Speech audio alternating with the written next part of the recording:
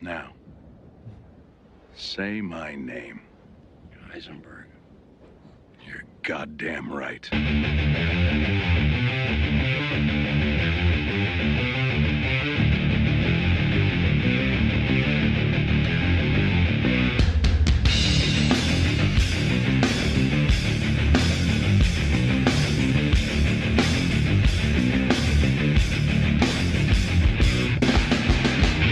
All right, guys, here we go. You asked for it. Live from Las Vegas, doing my show. I guess this is kind of really a Access Vegas show. When I'm in Vegas, it might as well be. Right? Anyways, here's your midweek stream. I have Michael Sartain, and I have Grinberg. Gary numbers guy, whatever you want to call him. There you go. Gary the numbers guy. The original G. Has actually flown out here and answered the call. Thank you for doing that. The first thing I want to tell you is thank you for being the first one to take this challenge, because a lot of people have a problem with me, and I'm not saying you do, but like a lot of people have a problem with me, and they always want these debates, and I'm like, okay, fine. Here's a place that we can come and have a formalized debate. Let's do it. You're the first person to answer the call, so. Well, I'm gonna say this, man. Being a coward is nowhere to live life. Can you give my audience a little bit of your background first? Okay. We got to introduce you. So first of all, a lot of you guys in I'm assuming Red Pill might know what astrology is, and you guys understand that chicks do this stuff, and they say Libra, Mercury, and it sounds like a bunch of gibberish, and it sounds like a bunch of bullshit, to be honest. But see, if you have a car and you put a woman in the car and she can't drive a stick and this car doesn't move, you don't blame the car, do you? You blame the practitioner. So I'm basically here to tell you guys, all that astrology nonsense you heard in the past, I'm here to set the record straight. Because what you're looking at is the first person in their profession who's ever been invited to the White House under the Trump administration. And we'll go more into my history a little bit later. Are you the official astrologer for the Trump administration? Would you say you're the official? This is what I'm going to say. Astrologer? I'm going to say December 2020, when all the walls were closing in. Mm-hmm. I was the one they called to invite to the White House. Nancy Reagan had her own. That was an astrologer. That was an astrologer. His name was Mr. Quigley. And Mr. Quigley, no, I'm not kidding. That was his name. And Mr. Quigley would go around setting the schedule through Nancy Reagan for Ronald Reagan. But the problem was Reagan's cabinet thought she was cuckoo. So, you had a little problem here where the wife is pulling you on the one end and your people are pulling you on the other. So I understand that. But when it comes to numerology, which, by the way, supersedes astrology, I'm the guy. But just so we're clear, because this is one of the things, it's the no true Scotsman thing. Exactly. It's like these other people, these other astrologers are fake. These other numerologists are fake, but you're not. That's the argument. I'm going to make this thing. It's all about what can you show. Can you actually, what have you done in this field? I think we agree on that. What have you done in this field? Doesn't matter what you do in life. Are you the best of the best at what you do? And then when it comes down to it, the fact is everyone else is broke. I actually got mine. For sure. But I think what's maybe more important is what you can show empirically and what objective truths that you can prove and what things you can actually predict. And that's what we're going to do today. We can, and we can go back and forth. But some of those things, like I'll get just skip ahead here. We'll talk about the 2016 championship with the Cavs, right? And I followed that whole thing very clearly. When Kyrie Irving, born in 1992, you're the monkey, hit the game-winning shot in 2016, right? So again, and I'll let you go through that whole thing, but let's try something different. The year before, in 2015, Kyrie Irving broke his kneecap open, and Kelly Olynyk pulled Kevin Love's arm out of socket. Correct. And the Cavs still gave the Warriors a fucking beat. They almost won that series. Yeah, Andre Iguodala beat them. Yeah, and the next year, once that happened, I predicted the Cavs to win the championship, and then Draymond Green gets suspended, and then you go on a news program, and you start predicting that the Cavs are going to win. I think I made that prediction in 2014 that the Cavs would win the NBA Finals. In 2016, that's why they had me on the news. But my Twitter account got suspended. That's what happens when you say too many truths. Your Twitter account, just like you got your Twitter account suspended. So I said that in 2014, and then they suspended my Twitter account. So it wasn't 2016. I said 2014. Right, but I just don't know necessarily. Like I think a lot of people would would have thought the Cavs would have won that championship. I don't think that necessarily proves against a 73-9 team, the best record in NBA history. That went down 3-1. That were already down 3-1 to the Oklahoma City Thunder beforehand. Correct. And almost got their ass beat the time before in the finals when Kyrie and Kevin Love were injured. Now, a lot of people, watching this, they're like, I don't keep up with basketball. Yeah. The point is, that was an educated guess. LeBron James was the best player in the world at the time. My point is, a lot of the predictions, like you also did predict that Donald Trump was going to win the election in 2020, and that wasn't correct. So the thing is, like, we're sitting there. The election was stolen, my friend. Okay, that's fine. But again, numerology should account for that. No. Numerology should account for that. Actually, I said the election would be stolen. And again, that Twitter account got suspended. Right. So again, we can go back and forth, but I actually said certain things. Let me go back to the Cavs 216. Yeah.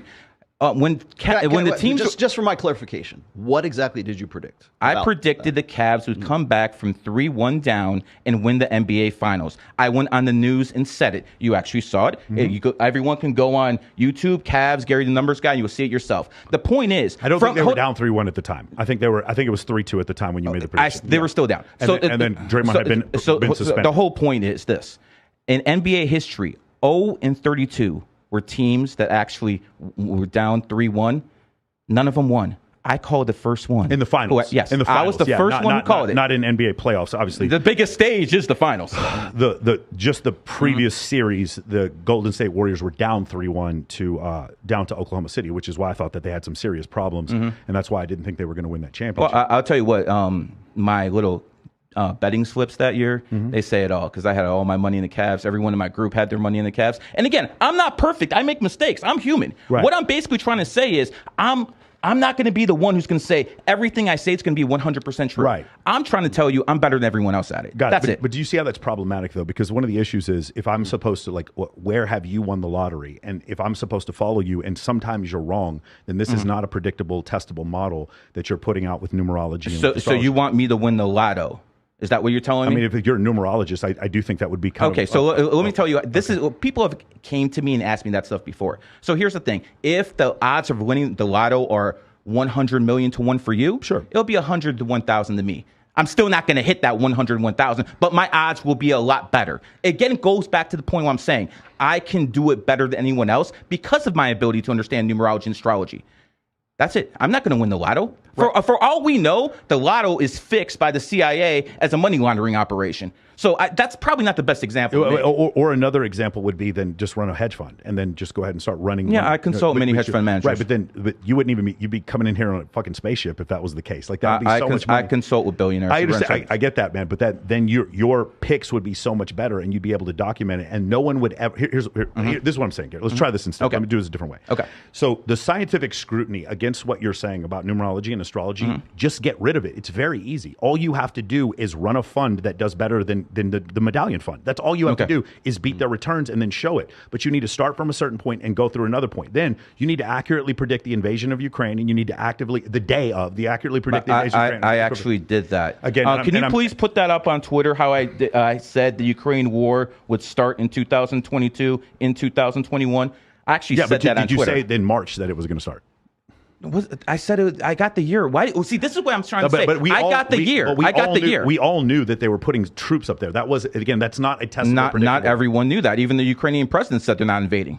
No, he may have said that they're not invading, but we did see that they were putting troops on the border. Well, maybe you and I saw it, but most people didn't. So the fact of the matter is my prediction is valid. You don't need numerology to predict. I'm not saying you needed numerology for that one, but I'm saying the numerology led me to the same conclusion as common sense. So here's the point. If you have common sense and you see evidence pointing to a certain direction, no matter where you get it from, you're going to say, okay, this is the way it's going to be. So for instance, Ukraine. So are you saying common sense would be more practical than numerology? It's actually the same thing when you actually start thinking about it. So why don't we just call it common sense? 1 + 1 is always going to equal 2. Right. Same thing with numerology. Math is the only universal language there is. Let me start a little bit so people can understand where I'm coming from. Let me tell a little bit of people about my past, and then we can go back to the questions. Okay? So 9/11. That was one of the biggest days in world history, and it was the day that changed my life. I woke up, I saw the TV, I think I'm watching the movie Die Hard. Okay? All of a sudden, I'm thinking, wait a second. Flight 11 hit the World Trade Center that looks like an 11 side by side. They both have 110 stories. Let's see here. New York's the 11th state in the union. New York City, 11 letters. all this stuff. And I'm like, wait a second, what's going on here? Is this a coincidence? Because that's what someone with common sense would start thinking. Is this a coincidence? But see, I know history. And I've always studied history. You said you were into history too. When did the Great War end? The Great War, World War I, ended on 11/11 at exactly 11 o'clock. They were still firing bullets at each other at 10:55. But at 11, they all stopped. At that point, I'm like, okay, I don't know what's going on, but I see smoke.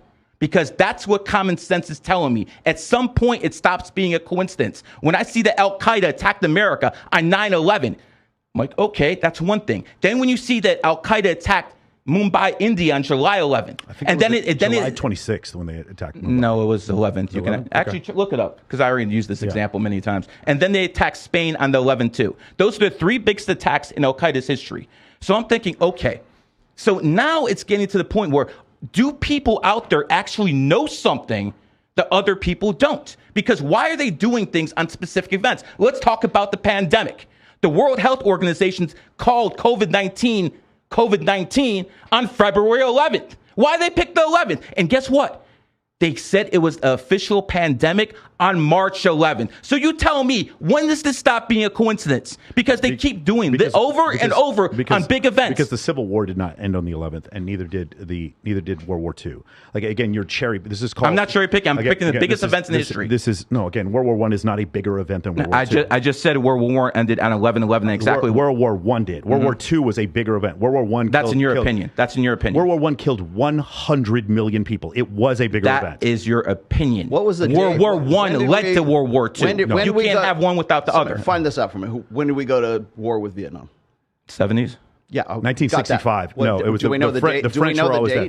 Again, like you are cherry picking. This is called the Texas sharpshooter fallacy. Okay. Where you cherry pick different ideas, but you can't. What would happen? A coincidence would actually be if every war ended on 11, or if a predominance of wars ended on the 11. That's not what's going on. I disagree because see what happens is when you look at, and I'll bring sports examples. When you look at an example, Steph Curry at the line, he hits 90% of his free throws. Another guy hits 60%. So you're basically what you're doing is saying, oh, none of this is valid because you don't hit 100%. That is not how the game works. No. I'm trying to tell you, if you look at what I'm saying, most of the biggest events in history will line up with exactly what I'm saying. But it's not even most. It's like not even partially most. It's just you've cherry picked. Tell me a bigger event than 9/11 in our history. A bigger event. The pandemic? The bombing of Pearl Harbor. That was a bigger event than 9/11? Yes, because since me and you've been alive, 500 modern day history. You just said that now. 500,000 American troops died in World War II. It was a bigger event than 9/11. 3,000 people died in 9/11. It's horrible. I went to war for our country because of 9/11. I understand what you're saying. But the biggest thing that had happened before that was in our lifetimes, the biggest thing is 9/11. So, I mean, I could say the biggest thing. Yeah, for sure. I could say that. And I just break down the whole thing about how 9/11 happened on the left. What I'm basically trying to tell you is it doesn't matter what you believe. It doesn't matter what you believe. It doesn't matter what I believe. It doesn't matter what the people who are listening believe. It matters what the people in positions of power are doing. And if you see what the people in positions of power through the history, they're always planning events under certain dates. For instance, Wall Street crashed on October 29th, 1929. 2 and 9 is 11. So before people say I'm cherry picking, let me explain how numerology works. There's only the 11th. That's there's only 2 and a 9. That is cherry picking. There's only 3 possible ways to become an 11 or to be part of the 11 energy. One is to be born on the 11th. Second is to be born on the 29th. 2 and 9 is 11. And the last way is to be like Kobe Bryant. Kobe's born 8/23/1978. 8/23/1978 adds up to 38. 38 is 11. Now, the reason 11 is not broken down is because it's a master number. 11, 22, and 33 are all master numbers. I'll show you an example. Why would those be master? Why would they be more important than like any other number? It's basically like AM and FM radio on completely different wavelengths. How is that measured? How are the wavelengths measured? How is the energy in those numbers measured against other numbers? Basically, people who are 11s, people who are 22s, people who are 33s have basically dominated society. Example, Barack Obama. Let me explain. What's the metric for an important number versus an unimportant? The people who are actually have those numbers. So the numerology is dependent on the person itself? No, the numerology is when a person is born, they're imprinted with energy. Okay, so if someone's born, what kind of energy? Okay, I'll give you an example. I'll give you an example. If someone is born on the 11th, they're going to be born with charisma. People who are born on the 11th have a lot of charisma. Now, how do I actually prove this? Because me saying it means nothing. I can prove the fact that the #1 podcaster in the world, Joe Rogan, is born on the 11th. I can say the guy who started podcasting, the crazy French guy, Alex Jones, is born on the 11th. I can say the person who made it from nowhere, Candace Owens, born on the 29th, 2 and 9 is 11. I can bring up Aiden Ross, born on the 11th. How does a punk-ass kid like him make it big? Because he's born on the 11th, and people who are born on the 11th have charisma. This is a fact. But then there's hundreds of examples of people. I just gave you the top guys in the game. But it doesn't matter. No. Also, You're telling me Aiden Ross is not the top guy in the game. Joe Rogan is, but that's the problem. First off, the Mumbai attacks were on the 26th. I just looked it up. The other thing, I'll show you the pictures of it. Okay. The other thing is this concept of like Aiden Ross. You cherry pick. You brought up this one example that Michael Jordan and who's the Kobe Bryant? No, not Kobe Bryant. Oh, the same birthday. Jim Brown. Jim Brown have the same birthdays. And your example was that Michael Jordan was the greatest basketball player of all time. Do you disagree? Of course he is. And then the idea that Jim Brown was possibly the greatest football player of all time. Well, no, but Jim Brown isn't even the best running back of all time. You cherry picked and went down. Well, according to Barry Sanders, he is the best running back of all time. Barry Sanders retired just not to beat that guy's record. So you're saying he's not, but Barry Sanders, the guy who played the game, said he is. Everyone else, the NFL's top 100, and everyone else who voted, don't even put him in the top 3 as far as Jim Brown is concerned. He's a great player, but to say he's better than, say, just even throw out Jerry Rice, Joe Montana, or Tom Brady. I was talking about running backs. Well, but again, that's not what you said. In the thing you said, the greatest football player of all time. The Hotep Jesus interview is still up there. And the point is, you cherry picked. You went down the list of football players to find one that had the same birth date as Michael Jordan. This is the Texas sharpshooter fallacy. That's what I'm saying. But I'm giving you examples of the top people in the game. When I say Michael Jordan is the top guy in the game, most people who actually understand basketball would say that because Michael Jordan's born 2/17, 1963. That's not why he's the No, top that's player. exactly why he is. Because he's an 11, and 11s have the best ability when it comes to becoming athletes. He's the best basketball player ever because the man was a psychopath with a 45-inch vertical who literally led the league in score. He scored 37 points because he was an 11. It's because of genetics. It's not because of determination. Because his father didn't accept him. Because his father accepted Larry, his brother. I got a question. Do we know when Tiger Woods was born? 12/30/1975. Is he an 11? Hold on. 12/30/1975. 12301975 adds up to 28. 28 is number of wealth. He is one of the richest athletes in the world, just like LeBron James, born on the same day as him, 12/30/1984. And again, these guys care about their money a lot more than Michael Jordan cared about his charisma and his empire. Would you say that Tiger Woods is one of the best golf players in history? Yeah, 1s and 11s are the ones and 11s are the athletes. 1s and 11s are the athletes. So now we're ones. So there's not just one. It's like a prime number. I'm trying to get the math here. The math is very simple. People who are athletes start with A. A is the first letter. By the way, the English language is collected in numerology. It's called gematria or letterology. So if you go down the list, people who are 1s actually are really good athletes, and people who are 11s. We can go down the list, and you'll see nothing but 1s and 11s, pretty much with all the main sports. We'll actually see other things besides 1s and 11s. That's the main thing you're going to see, though. Yes. No, it isn't, actually. It is. In fact, they just did a study where they looked at billionaires in China under their different astrological signs, and they've actually found... I don't do astrological signs. Okay, well, no, these are year of the snake, year of the rat, those astrological signs, Chinese astrology. And in doing so, they found that actually the ones that were supposed to be the poorest, that was the most common astrological signs for Chinese billionaires. I can't comment on other people's work.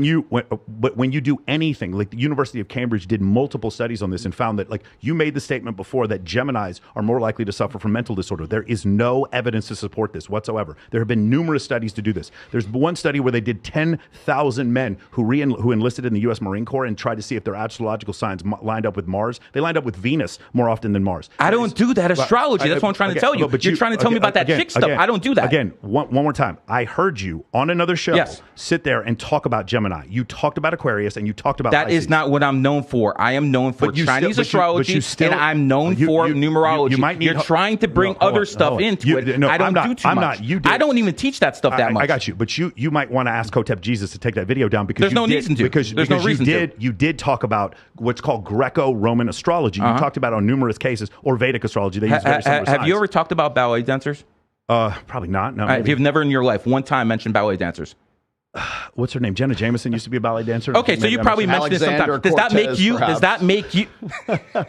You know who I'm talking about. There's a ballet dancer. There you go. Good stuff. The car thief, right? Yeah. Anyways, what I'm basically trying to say is just because you say something once doesn't mean you're an expert on the subject, okay? I brought up Western astrology. I don't even teach that stuff. I teach Chinese astrology, and we can go into that if you want to. I can bring up the fact that John Jones, born in 1987, the year of the cat, won his first UFC title in 2011, the cat year. In the cat's enemy year, the rooster, he got stripped of the title in 2017, and then again in 2013, the year of the cat, he becomes a champion again. I got a question.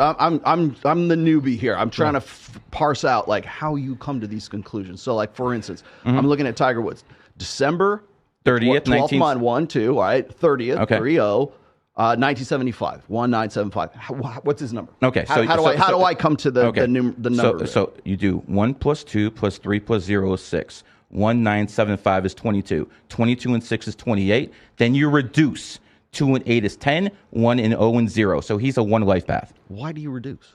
Because you have to come down to the. Do you reduce with other dates? Only numbers you don't reduce with are master numbers, because master numbers are in a different wave. I'll give you an example. I'm still curious. It's like, how do you come to the conclusion that one number is like because has some more importance than another? Just think of it this way: 11, 22, 33. Everything that's doubled up is called a master number for a reason. I'll give you an example. Vladimir Lenin, who started the Soviet Union, was born on the 22nd. The Soviet Union came to power in 1922. Because he's the one who led it. George Washington, born on the 22nd, helped start America. People who are born on the 22nd are master builders. You're into sports. Who's arguably the best coach in NFL history? I've heard you say this before. Bill Parcells. You think of Parcells because he was the tutor for Belichick. Exactly. Belichick won more, but yeah. Parcells okay, was so a good we coach. can say that Bill Parcells' coaching tree, and again, it extends to Bill Belichick's coaching tree, is probably the most extensive in the NFL. He is born on the 22nd. So what basically I'm trying to say is people born with on certain dates have certain abilities. And if you actually use this as a psychological method, you'll actually see that people have certain abilities. For instance, if you're born on the 1st, you're good at arguing. If you're born on the 5th, you're good at talking to the ladies. When you're born, Michael? The 5th. I see. Okay. Here we go. Not good. So again, we are going to bring up examples of this stuff, not the stuff I don't talk about, Mike. Did you have another question? No, I was just going to say, I'm still confused as to what would make a 1 more powerful than like a 9. What are 9s? Okay, for instance, is it, because what I'm trying to get at is if you're going to say that a 1 is different than a 2, the 3, 4, 9, all the way. Let me give some examples then. People who are 1s are leaders. Even women who are 1s have leadership abilities. Sheryl Sandberg, CFO of Facebook. So people who have 1 energy. I don't know if I listen. Leaders, but go ahead. 85% of women have no leadership abilities. Mm-hmm. But the women who are born on the 1st, 10th, 19th, 28th, because they have the male energy, 1 is male energy, they have those leadership abilities. Napoleon was a 1 life path. He was a leader. People who are born on the 2nd are good at writing. Don't you have a best-selling book? I've got a few. I see. You also said people born on the 2nd are more feminine. That's another thing. They can be. They can be. But the problem is, like, what you're saying is you have this idea that, like, well, it's not an exact science, and sometimes I can be wrong, but you actually want this taught in schools when we have a bunch of uneducated people who don't understand science, technology, engineering, and mathematics. You want people in schools to learn numerology. 100%. And astrology when it's not even exact science. It's not even a science because you don't use testable models. It actually is a science. It isn't a science because in science, what you're going to do is try to disprove your own hypothesis, and you don't. You cherry pick certain people's birthdays that happen to fit with whatever you're doing. If we were to take a population-wide survey, which I can show you 13 of them, that is not possible because there's 7 or 8 billion people on the planet. The only thing is possible is we can take the people at the top that everyone knows about and show examples with them. That's not the only. No, that's the only thing we can do. How are we going to measure 8 billion people on the planet? You can measure exactly. You can measure the population of the United States. I can tell you 28th number of wealth. I can tell you the richest man in the world is Elon Musk, and he's born on the 28th. I can say the guy who used to be the richest man in the world before Musk took over was Bill Gates, born on the 28th. I can say Steve Jobs, born 2/24/1955. 1955 is a 28. Hold on. He started Apple on 4/1/1976, adds up to 28. You're laughing, but he's a billionaire using this stuff. Yeah, but that's the fact. You're laughing, but he's a billionaire using this information. He wasn't using this information. He did not use the information of when he was born. No, he actually did. No, he did not use the information of when he was born to build Apple. How do you know that? He used Steve Wozniak to help him build Apple. Steve Wozniak created the Apple computers. Right. He actually created the brand. Well, no, I agree with that. But this what whole number idea, is Steve Wozniak? 7, genius. Yeah, Genius starts with G. G is the seventh letter. But again, if we were to do that, if we were to go through and look at people born on the 7th and test their IQs, yes, you will. If you go on, yes, you will, because I actually talk to teachers, and they tell me their students born in the 7th, that is not 16th, a scientific survey. 25th. That's not scientific at all. That's How is not scientific? It's scientific. What you'd have to do is you'd have to have a population level study of like maybe 60,000 people, and you would test people not born on the 7th. You would test all the other dates versus the 7th, and you would find some sort of positive correlation. There's no positive correlation whatsoever between somebody born on the 7th and their IQ. None. Zero. There is no one more time. There is no positive correlation between billionaires and people born on the 28th. Absolutely none. Then why is the richest man in the world born on the 28th? Explain that. Because you don't understand science. Explain. Because you don't understand how normal distribution. 1 out of 30 is 3%. 1 out of 30 is 3%. Bill Gates is the guy who used to be the richest guy in the world. He doesn't even count as 1%. Why doesn't he count? Because you said so? He doesn't count as even 1% of the billionaires on this planet. That's the problem. The rich, the normal distribution. Look it up, David. I believe 7 out of the 3 of the richest 7 people in the world are born on the 28th. Look it up. Again, the normal distribution of billionaires, we're not going to find that most of them were born on the 28th. You actually will. You will not. You actually will. You will not. Well, tell me. Not only that, you'll not. Tell me why. I'm going to put a link. Tell me why Musk born on the 28th is the richest man in the world. Then tell me why. Again, he's the richest man in the world because and first who did he replace? PayPal. And who did he replace? Again, Bill Gates, last century, the richest guy in the world, born on the 28th. This doesn't prove anything. How does not prove it when the richest guy in the world this decade, last decade, switches, but they're still born on the 28th? Let's do some math. Let's do some probability math. Wait. Let me direct traffic here. Okay. So first off,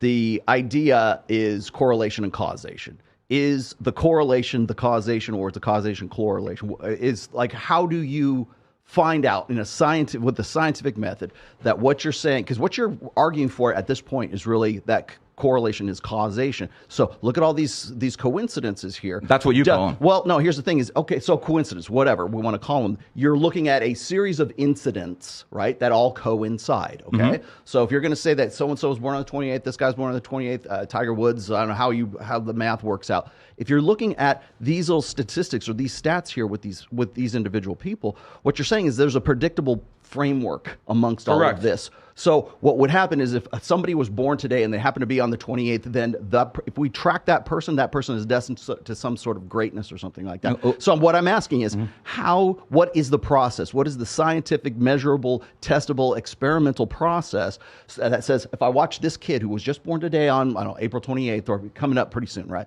That kid is going to be the next billionaire. What's the process to figure that out? Let me say this. Number one, I will post something on Twitter after I'm done with the show that will prove that 28s are the richest people in the world. Now, does that mean everyone born on the 28th is going to be rich? No. Hold on. There's not even a distribution that even shows they're even 1% wealthier. There is none. There have been multiple studies on this. There is no distribution that shows that people born on the 28th are any wealthier or people born on the 7th have a higher IQ. So that's what you say. That's what you say. Irrefutable, but unassailable. But when you look at the actual richest people in the world or the smartest people in the world, you will see, like, for instance, what's his name? He freaking died. Stephen Hawking was the 7th life path. Again, most people would say. But he wasn't born on the 7th. He was 1/8/1942. 1/8/1942. I know. I'm not. Numbers. I said. But you are, and this is not scientific. This is not. Again, you're not letting me speak. Okay. I said there's 2 ways to do it. If you're a 7, if you're a 3, if you're a 5, if you're a 5 life path, for instance, you're born on the 5th, 14th, 1 and 4 is 5, 23rd, or your total number adds up to 5. Those are. If the total number adds up to 5, it's called a life path. If you're born on a certain day, that's the day number you're born on. So again, this is all confusing to people. I understand that. But here's the whole point. If you guys want examples of this, people who are born on the 5th, 14th, 23rd are the most attractive people in the world. Go on Facebook, put in those dates, and you'll see it with yourself. It's very simple. See, that's the thing about numerology. I always wondered why some people were rich. Now I understand why. They're born on the 28th or they're 8th. I always want to understand why some people were actually, really funny.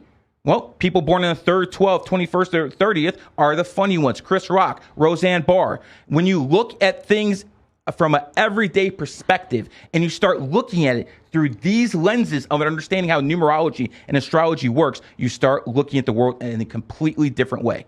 Let me just say a few things. Michael Jordan, born 2/17/1963, 11 life path, mentored Kobe Bryant. Kobe Bryant, born 8/23/1978, mentored Kyrie Irving. Kyrie, born 3/23/1992, 11-11-11.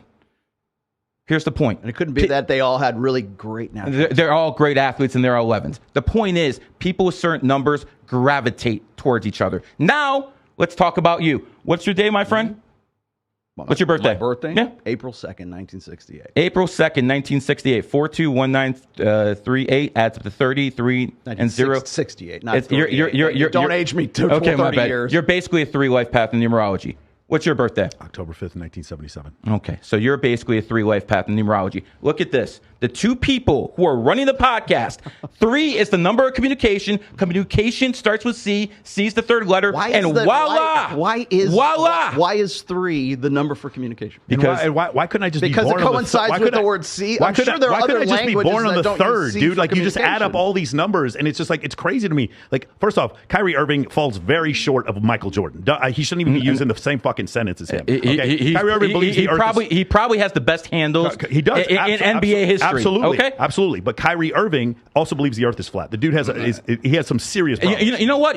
At least Kyrie Irving isn't vaccinated like 6-7 billion people on this planet. And now that we're talking about that, let's just say this. I am not vaccinated, sir. Are you vaccinated? I am not vaccinated. Sir, are you vaccinated? I'm a U.S. military officer, yeah. Okay, so you actually were forced to get vaccinated. That wasn't forced, but I'm a retired officer, and as soon as they told us, I see. So you actually trusted the government, and you got the vaccine, correct? I trusted the government to build an airplane that I fought in 2 wars over. So yeah, I mean, okay. I trusted the government to get on a commercial airplane too. So here's the point. You trusted the government to take the vaccine, and now most people understand that vaccine was a lie. I don't think most people understand that. I think some people. Wait. We're both 30 live paths. So I didn't take it. He did. So how does that? You probably have more sense than him. But here's the whole point. That must be what it is. Here's the whole point. There we go. Thank you for the more sense, bro. Thank you for the more sense. The fact that you took the vaccine is a major hit on your credibility. The fact that you trusted the government and you took the vax is a major. And I understand you're a successful person. Okay, I understand you made a lot of money. Yes. I understand that a lot of people look up to you. Okay. And that's all fine and dandy. But when it came to the biggest... But somehow, in spite of all that, I took the vaccine. When it came to the biggest psyop in world history, you failed, brother. And that's just a fact. Okay, I mean, that's your opinion. I don't think so. I don't agree at all. We'll find out in about a decade. I found like after I did it. By the way, I'm not pro or against the vaccine. I got a good one here. But my whole thing, I'm very much against the idea of firing people because they didn't take the vaccine. But the idea, like after I took the vaccine, I started an 8-figure company. I'm dating the hottest woman I've ever seen in my life, and I have a new bench press max. How do you feel? Those are great. Those are absolutely great. But the fact of the matter is, we'll see how you're doing in about 7 years after you took the vaccine. 9-figure company. That's what we're going to be at. That's what's when your heart explodes. When my heart explodes. I took the vaccine immediately. I needed to vote for Joe Biden, and scales grew on my neck. I have a question. They're the aliens. Okay, the Illuminati's calling. Serious question. This is good. I really hope you take that stuff seriously. This is a super chat. And if I were you, I'd be looking into holistic medicine to try to actually get rid of that. But that's up to you. I'm not going to. Thanks. Okay, here's the deal. Rusty Fuel, thanks for this super chat. This is great. The premise is wrong because the calendar many times over the last 7,000 years has changed, has shifted. Outstanding. I love the fact that how does that gel? And then the other thing is, I'm sure there are other cultures that, like for instance, the Jewish culture, the Chinese culture, they track our years in much different ways than we do. So that's number one. So how accurate can it possibly be if we've actually shifted? Dates and who asked that question? Rusty Fuel. Very, very smart man, Rusty. Let me explain how we know, and let me explain it to the best of my ability. Manifestation is a real thing in this world. No, it isn't. Yes, it absolutely is. I'm going to manifest a steak in the refrigerator out here. Absolutely isn't. I'm going to prove you that it is. In the universe. Manifestation is a real thing. 100% not true. So, did you have goals in life? I sure did. Okay. Yeah. So I worked for them. And manifestation is one of the deadliest things in the world. No, it's not. You have to work and do things at the same time. That's not manifestation. Working is not manifestation. Why not? Working is not manifestation. Why not? Manifestation. Let's look up the definition. So you can be the best NBA player in the world just by saying, no, you got to put in the work. He didn't manifest it. He only did it. If we were to ask Michael Jordan, hey, let me ask you about your life path as far as your numerology, he would not give a fuck about what you're saying. He would just say, I busted my ass in the gym. Have you met Michael Jordan? My junior high coach cut me from the fucking team, and my dad did not accept me over my brother Larry. So I busted my ass to become the best player on the planet. That's what he'd tell you. He doesn't say anything about it being an 11 life path. So don't put your beliefs about numerology on Michael Jordan. Michael Jordan was a killer out there on the basketball court. And he was a killer because he decided to be a killer, not because he put it off on numerology or astrology. No, he doesn't know anything about numerology and astrology. The most deadly part of this whole situation is that you're sitting here having a conversation about red pill, and the number one problem that we have with women is their lack of accountability, and what you're teaching is literally the fuel for that lack of accountability. I am where I am because I went to the fucking gym, because I learned how to build a sales team. That's where I am, not because of when I was born. You give people this literal lack of accountability. They have this safe blanket of victimhood that they can use because of what you're teaching them. It is literally the opposite. It is the absolute opposite of what you need. Again, the reason why Rolo and I are friends is not because we're 3 life paths. It's because we both believe in this fucking book over here called Evolutionary Psychology. That's the reason why. It's because the reason you both believe in that book is because you're 3 life paths. No, that's the point. There is no proof in what you're saying. The proof is you guys right here. This is the proof. You guys are here together. That is not proof. He is actually backing you. He is putting everything on the line to back you. See, that's 3-3. That is anecdotal. That is not scientific. That's a circular argument. Exactly. It's like anecdotal. That is not scientific. Because the solution is in the question itself. So like how can that's unfalsifiable? Yeah, of course we're here to, and I'm sure maybe Steven Crowder has people that are with him that maybe I'm glad you brought up. Hold on, stop. That they align. But I am glad you brought up Steven Crowder. Don't get lost in the weeds. Don't get lost in the weeds. What I'm saying is that just because 2 people happen to have like similar personality, like what about personalities? What about people who are like good clicks with each other? What about people who have like complementary talents? Those people are, what about, I got a better one for you. People who have pathological personalities tend to attract other pathological personalities into their orbit. That has nothing to do with fucking numbers. It has to do with the fact that this guy's crazy and this guy's even crazier than him. So the crazy guy's going to follow. When you are born, you are born and imprinted with certain energy. That in energy. How do I measure that energy? I want to know what numerology this is, because if I could put that fucking energy in a bottle, I'd be a billionaire. Right? It's just like energy. No. You guys brought up Steven Crowder. I want to make this example. He is born 7/7/1987. He is a 3 life path, just like him and him. So again, they can say all the nonsense they want. The fact of the matter is, they're over here doing the same thing Steven Crowder is, and they're the guys who brought him up, not me. There are hundreds of people. Yeah, you brought him up, not me. I didn't bring it here, but there are hundreds of people. Rush Limbaugh, born on the 12th. It's fine, but Howard Stern, born on the 12th. There are hundreds of people who aren't, and you can sit. But the top of the game is. It doesn't matter. Like that's in your opinion. No, it doesn't. It's not the way that works. So you're telling me if we look at the top people in the game and they all have move over.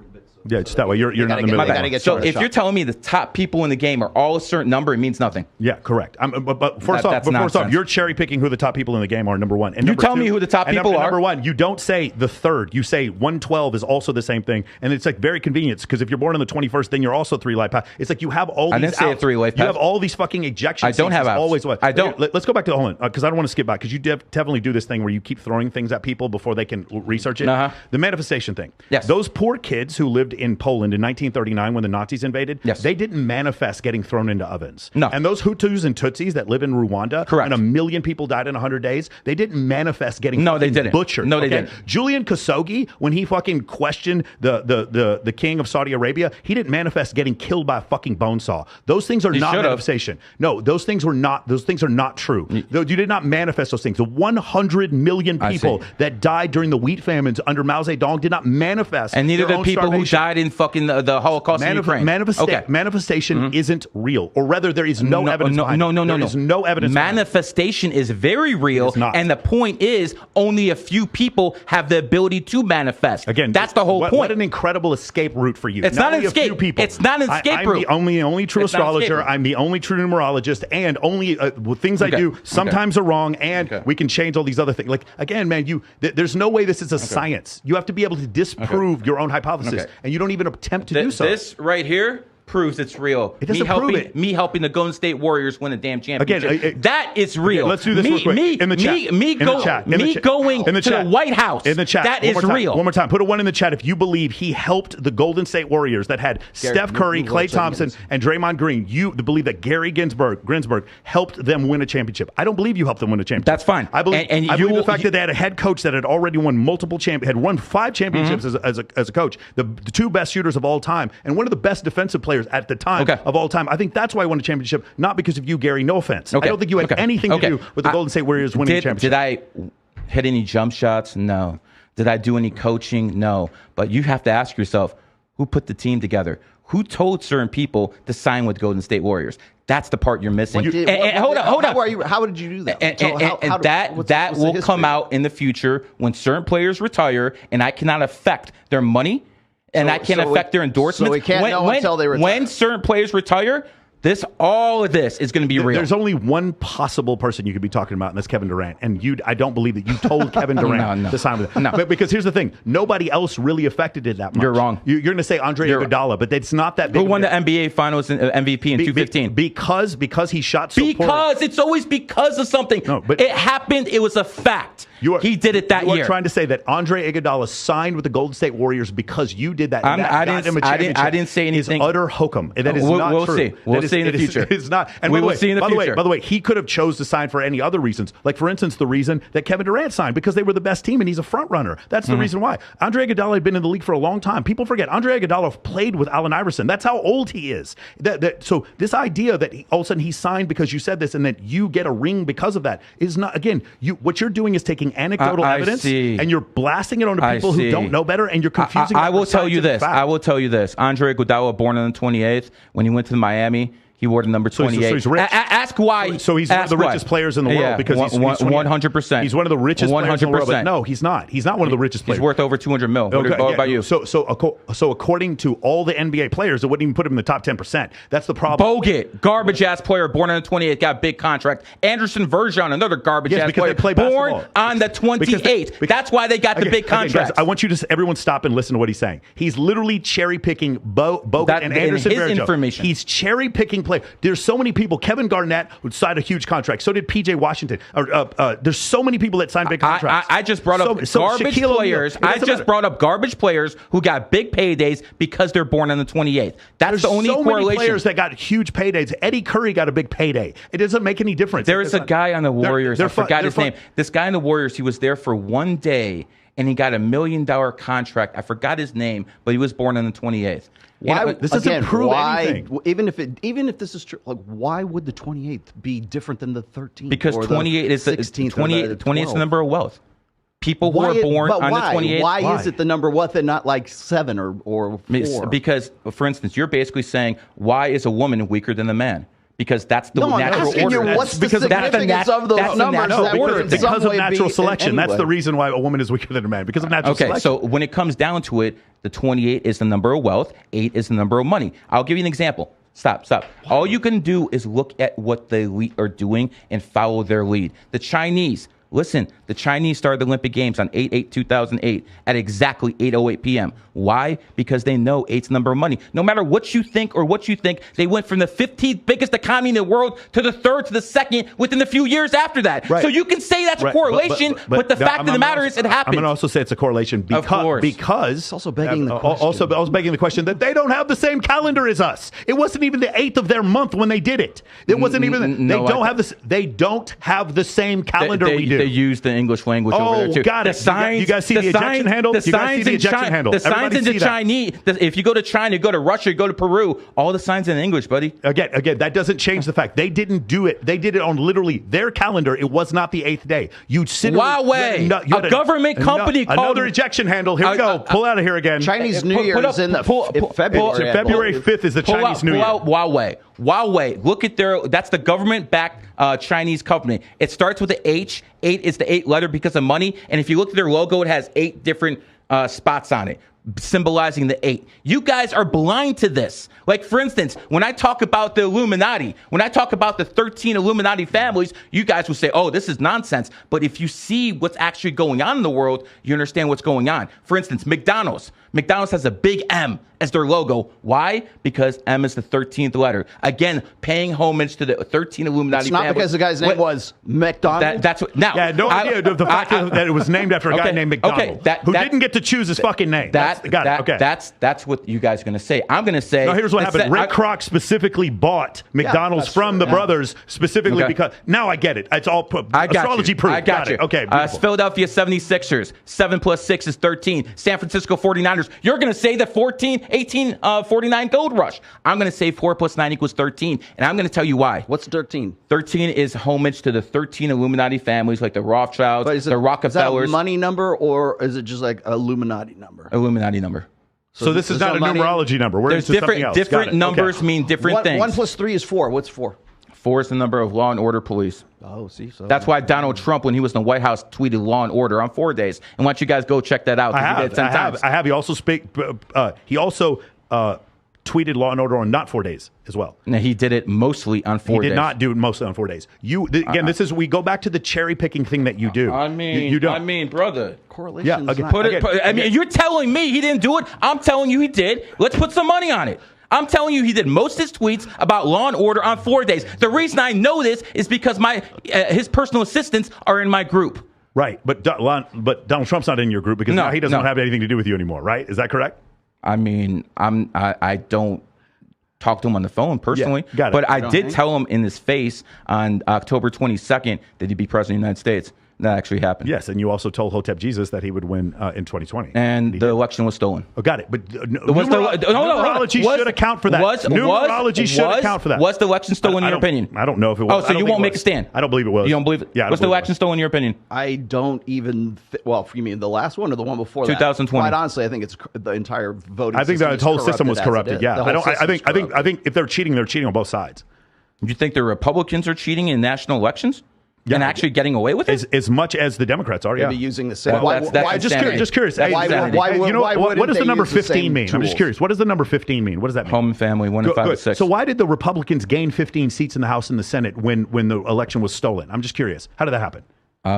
Well, on a national level and on a state level, they have different elections. No, right. But again, they won 15 seats. These are the same. The voting machines that they use were the same voting machines for the national election as the state election. How do they win 15 seats? I'm just curious. What 15 means? What does it mean again? No one cares. It's only about the president. No one cares. It's the president. No one cares. It's the president. It's the president they care about. Your anecdotal information matters because you said it. My anecdotal information doesn't matter because I said it. This is clear selection bias. Texas sharpshooter fallacy. You're doing it again. No, there's no evidence. Was it stolen or not stolen? I don't know. But the reality is I haven't seen any clear evidence to show that it was stolen. That's not the case. So here's the thing. You don't know the Democrats too well then, do you? No, I know the Democrats better than you, clearly. Because you just throw things out there and you expect people to believe. You understand Obama's running a shadow government right now? Let me explain something. If you understand the Democrats. I'm going to explain something to you. You're going to agree with me on this. I don't want you coming near my girlfriend. I think you're fucking incredible with women. I think you can run off about astrology all fucking day until these women are dropping their panties for you. I have no doubt whatsoever. I don't need to do that. I have a wife. I have a wife. And I don't do that stuff. Now, that might interest you to sleep around with 20 women. That does not interest me. I don't teach that stuff. I don't teach that stuff. You could. Let him finish his thought. I'm saying you could. What I'm saying is what you do is this thing very similar to what Johnny Cochran did, where you just keep throwing things against the wall faster than we can check them. And then you keep going, and people are like, yeah. And then after a while, they're just beaten. The problem is that's not going to happen to me because I watch all your stuff and I know what you're talking about. The thing with Jim Brown and Michael Jordan is incorrect. It is not correct. You're telling me Jim Brown? I brought up a Hall of Famer. Hall of Famer. That's not what you said. You said the best football player ever. That's what you said in Hotep Jesus. Again, you're going to probably you're going to say one example. He's one of the best. He's one of the best. You said Trump was going to win the election, and then the numerology should account for the fact that it was stolen. Numerology should account for the fact. Why? Because you say so? No, because you say so. Because numerology is supposed to be is a science. I said he would get more votes. I said he would get more votes. You said that it should be taught in schools. You said it should be taught. 100%. Astrology and numerology. 100%. So it should account for the fact that it was stolen, and it did not, because numerology is hokum, and so is astrology. There have been hundreds and hundreds and hundreds of tests that prove unassailably that this is hokum. That's the problem. And you're really good at screaming and out talking people. I'm good at screaming. Hold on. I'm good at. Wait, hold on. Get the camera on me. I'm the one. I'll get the clock. Don't make me use the clock. I'll use the clock. I'm the one good at screaming. Guys, listen to this one more time. Very good radio voice. You're extremely charismatic with it. But the fact of the matter is, the astrologers have been ahead of the scientists for 500 freaking years. Let me explain how. Well, they've been ahead of the scientists for longer than that, obviously, because they've been around for 5,000 years. Let me explain. Let me explain. Astrologers for centuries have told people whenever it's a full moon, people become crazy. They have said this for centuries. It was only the scientists that caught up about 50 to 75 years ago that figured out the human body is 70% water and the moon pulls on us too, just like it pulls on the tides. So people become crazy under full moons. That's why they call it lunatics. So hold on, let me finish. Why would that this is a fact that people who under full moons become crazier. That's why they call it lunatics. Go to any police station and they'll tell you this firsthand. Okay, so now let me finish. There's been studies on this that show why this is the case. This is a fact. Okay, but why would it? If it's a fact, let's say for sake of argument, I accept exactly what you're saying. Okay. Why would it make people crazy? Because 70% of the human body is water. Why liquid. would that make people crazy? Who cares?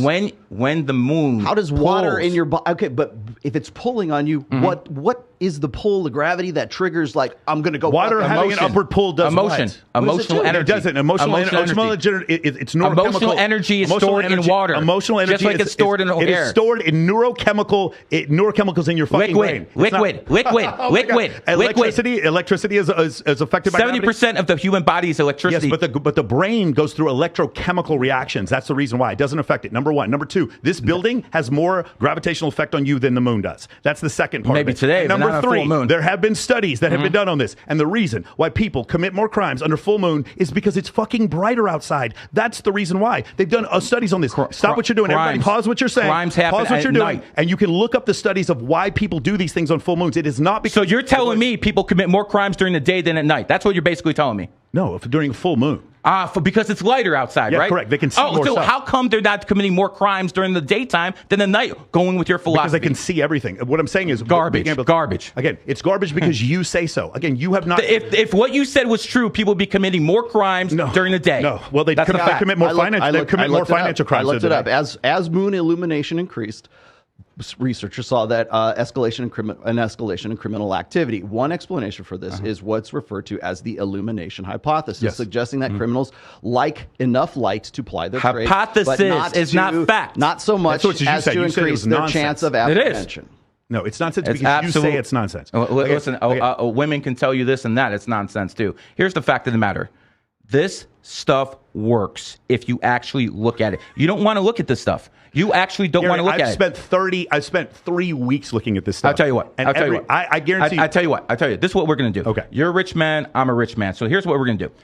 We're going to go up to random people with a video camera. They're going to give me their birthday, and I'm going to read them like a book. No, and we're not going to. If they say I'm wrong, I pay you. No. If they say I'm right, you pay me. Let's do that.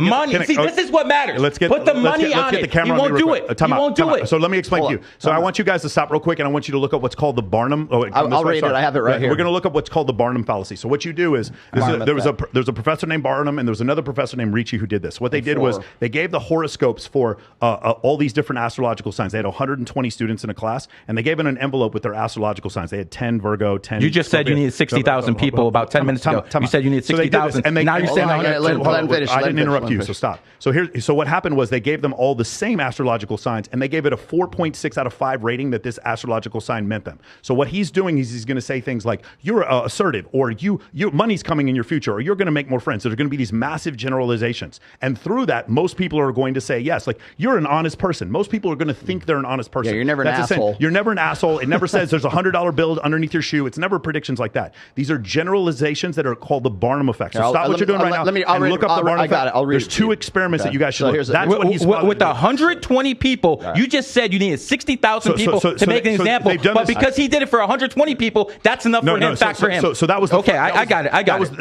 That was the first example. They've redone this. They actually did it on YouTube. You guys should check out the video. They've done this several times on YouTube, where they actually did they redid the Barnum effect several times, and every time it comes out the same way. I got it right here. Okay, Barnum effect. It's also called the Forer effect. That's what I'm familiar with. In psychology, the phenomenon that occurs when individuals believe that personality descriptions apply specifically to them, more so than to other people, despite the fact that description actually filled with the information that applies to everyone. The effect means that people are gullible because they think that the information is about only them, when in fact the information is generic. The Barnum effect came from the phrase attributed, perhaps falsely, to showman P.T. Barnum. No, it was a professor named Barnum. Yeah, but it's not P.T. Barnum. Yeah, okay. Sucker's born every minute. Okay, so psychics, horoscopes, sucker's born every second. Magicians, palm readers, crystal ball gazers make use of the Barnum effect when they convince people that their description of them is highly special and unique and could never apply to anyone else. And by the way, this also applies to MBTI, which I have a real big problem with, which you all know. It's just the modern version of astrology. No one is ever an asshole. It's always, here's your letters, and this I is call people assholes all the time. So here's my take. I'm glad we got to this because this is the part I wanted to get to here. When I'm dealing with people who are say, well, I'm this kind of personality, I'm introverted, I'm extroverted, I'm this, I'm an MBTI, I don't know, INTJ or whatever the fuck it is, right? These are classifications that men and women want to apply to themselves because it helps them sort out the fucking universe. But it does one other thing. It takes accountability away from them. Which is the least red pill thing that you can fucking do. We exist. Every day I wake up and the world will tell me how much I can bench, how much money I have, and which girl likes me. That's what my role as a man is, to always fight against those things and to improve myself. Accountability lies with myself. Extreme ownership, like Jocko Willink says. Any sort of accountability external from that is just cope. It is just human beings cope. Okay, now more to your point here is human beings are really good at pattern recognition. We want to see the purple cow in the big field of the brown cows, right? If you're staring at an acoustic wall, you'll suddenly start seeing images in the wall. If you see have you ever been looking, cloud gazing, and you look and you see, oh, that looks like a dinosaur, that looks like this, that kind of shit right there. Yeah, people on drugs do that. We're visually based. We look for iconography. We look for patterns because that in our evolutionary past has helped us solve problems. So if there's a pattern and it's predictable, then we're going to develop a system that surrounds that so that we can predict the future or predict whether or not the saber-toothed tiger is going to come eat us at night or if it's going to come eat us in the daytime. Those kinds of things. So when we're looking for pattern recognition, that's part of our innate sort of mental firmware. Yeah. And so we want to believe that people are easier to sort out because they're a number, because they're a personality type, because they're an astrological This is also sign. the basis for racism. Like this heuristics are the basis for racism. The other issue that goes on is that racism. Before and by the way, where do we go from astrology to racism? Because of heuristics in astrology and heuristics in racism. Our ability to read patterns. Astrology supersedes all that stuff. No, right, because we're bigoted towards people because of their astrological. 100%. 100%. So bigotry is bigotry. 100%. That's the hold on. Let me finish this. The additional part is this idea that before the scientific revolution, what happened was people believed that the universe, that the Earth was the center of the universe. This is the reason why Galileo was put on house arrest in 1633, because he told the Pope that the Earth goes around the sun. After he did that, before that point, people believed that they would see symbols in the sky. If you guys take a second, really, and I'm not saying that you believe in this, but Greco-Roman astrology, look at the constellation Leo and tell me if you can find a fucking lion there. There's none. But somehow the Vedic, I don't do this. I know. I just said that. The Vedics and the fucking Greco-Roman people believe that is the constellation Leo. The reason why they did that though is because they believed that the Earth was the center of the universe, and somehow the universe cared about them. Then later on, once we discovered things like supermassive black holes and the fact that there were multiple galaxies and that these galaxies were going away from each other at a constant rate, that's when we started to determine no, these things are not because the universe cares about us. I am supposed to believe that a Jade Emperor had a race with 12 animals, and these 12 animals crossed a river to get to a party in a certain order. Never said that. And the first one that got across was a rat, and the last one to get across was a fucking dog. And because of that, pig. The last one to get across a pig. And because of that, I'm supposed to then believe that is more evidence than the hundreds and thousands of surveys that clearly prove that there is no correlation whatsoever to people born during the year of the monkey or the year of the snake. There's absolutely no correlation whatsoever. You've had your time. People. You've had your time. Mm-hmm. Now let me speak. When you're born, you're imprinted with energy from the numbers you're born to the astrology you're born. When you're born, you're imprinted with energy. Now, just to give some basics of how this works, the rat is enemies with the horse. That is why Kobe and Shaq did not like each other. One was a rat, one was a horse. You say you can't predict things. The horse enemy is the rat. Kobe died in 2020, a rat year. So again, enemy signs. Next enemy sign combination. But you didn't predict him to die. Hold on. Let me finish. You had your sign. Let me say it now. Next enemy sign combination is the ox and the goat. Ox's personalities are strong arms. They're straight dictators. How do you know this? Look at the people who are oxes throughout history. Napoleon, Saddam, Hitler. They were all oxes, and ox's enemy year is the goat. So let's talk about what happened. Saddam, born 1937, year of the ox. First Gulf War, 1991. You know that. You're a military guy. Second Gulf War, 2003. Both goat years, his enemy sign. Fact. Hitler argument. Hitler was born. Conclusion is included in the premise. Hitler was born 1889, year of the ox. He lost Stalingrad. He lost Kursk in 1943. War over. That's it. His enemy year. That's examples over and over. America founded 1776, year of the monkey. Last year, America's economy was not too good. Why? Because it's the year of the tiger. Okay. I'm not done yet. Okay. Tiger and monkey are enemy signs. Last year, who became a star? Who became the star last year? Your boy, the tiger, Tate. And when it happened? He's a cobra. 2000. No, I'm the fucking cobra. Yeah. He's the fucking tiger. Okay. He is born in 1986, the year of the tiger, and he became famous in 2022, the year of the tiger. Guess what? I told him what happened on the phone call in 2019. I would argue it was way before that. I would also argue that the Gulf War started in 1990, not 1991. You got that one wrong. Wait. When did they invade? They invaded in 1990.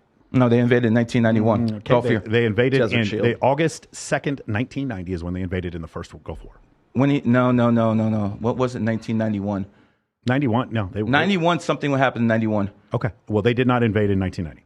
1991. So anyway, the point I'm making is you do this thing where you just keep throwing these numbers out. I'm giving you examples, historic examples. I'm not even close to done. How about Joseph Stalin? Joseph Stalin, outstanding. Joseph Stalin, born in the year of the tiger. He dies in 1953. In 1956, the year of the monkey, the enemy of the tiger. They have de-Stalification when Khrushchev says this guy was horrible. Well, why was he born during a different time than Hitler and those other people? Why was Stalin born at a different time when he's also a goat? He should be a dictator. No, he's not a goat. No, my point is, but he's acted like a goat. But he acted like a goat. No, did you see? No. How did? Wait a second. Didn't he just say? Oxes. Didn't he just say the oxes? Didn't he just say the oxes were those three people? Joseph Stalin is more of an example of a dictator than those three. Joseph Stalin literally tortured He's the biggest murderer other than Mao Zedong. Yeah, correct. But the thing is, who's a snake like me and you? But the problem is, Joseph Stalin was a bigger dictator than those other people, and he wasn't an ox. Most dictators are oxes. But he wasn't an ox. Most dictators are oxes. How do you want to call this a science? Saddam. How is this a science? How is that not fact? I'm giving you the biggest names out there. Charles Smith, Muammar Gaddafi. Let's go through Pol Pot. These people were not oxes. Muammar Gaddafi was a revolutionary. He was not a fucking dictator. He was a revolutionary. Muammar Gaddafi was not a. He was spreading revolution throughout Africa. Was he a tiger or an ox? He was a horse. He was a revolutionary. But this just doesn't fit at all. He was also a dictator, bro. Like, I was waiting for a tiger. It's crazy, man. But what he did was way different. He didn't murder his people like Saddam. He murdered a lot of his people. Not his own. He murdered people in Sudan. He murdered people in other countries. He didn't actually try to genocide his own people. Now, I personally think Gaddafi was a good guy. Okay. But he was a horse. Yes. What was his number? 11. Charismatic leader, like most of the leaders, like Hosni Mubarak. How was his number 11? He's born 6/7, 1942, 6/7/1942, adds up to 29, 2 You have 9 an 11. eidetic memory. What's that? Eidetic memory. Well, I don't know that. Photographic memory. Yeah, No, photographic would be no. different. I think there's a different word for remembering numbers. But Garrick Sandoval asked, how do you explain people's moods change when Mercury's in Gatorade? I don't do that shit. Talk to the fucking bitches about that garbage. I don't do that. Okay? Listen, I'm not fucking out here fucking giving matchmaking advice while I've been fucking divorced 3 times. That's those fucking bitches do that. I have been to the same woman for freaking 20 years. And I'm going to tell you guys out there something. I married my girl when I was broke. These red pill guys over here, and again, no offense, this is what the red pill community does. I was broke too. Okay, this is what these red pill communities guys tell you. They say, go out there, get rich, and then get your woman. Wrong, because all you're going to find is a freaking gold digger. That's a straight up fact. You need to find your woman when you're young, when you're broke, so you guys can grow together and bond together. And one more thing. Don't fuck around with American women. I really don't have any problem with this, but I think there's a second solution, which is when you meet a woman and you're wealthy, just don't let her know you're wealthy. There's another way to do that. So you're going to lie to her?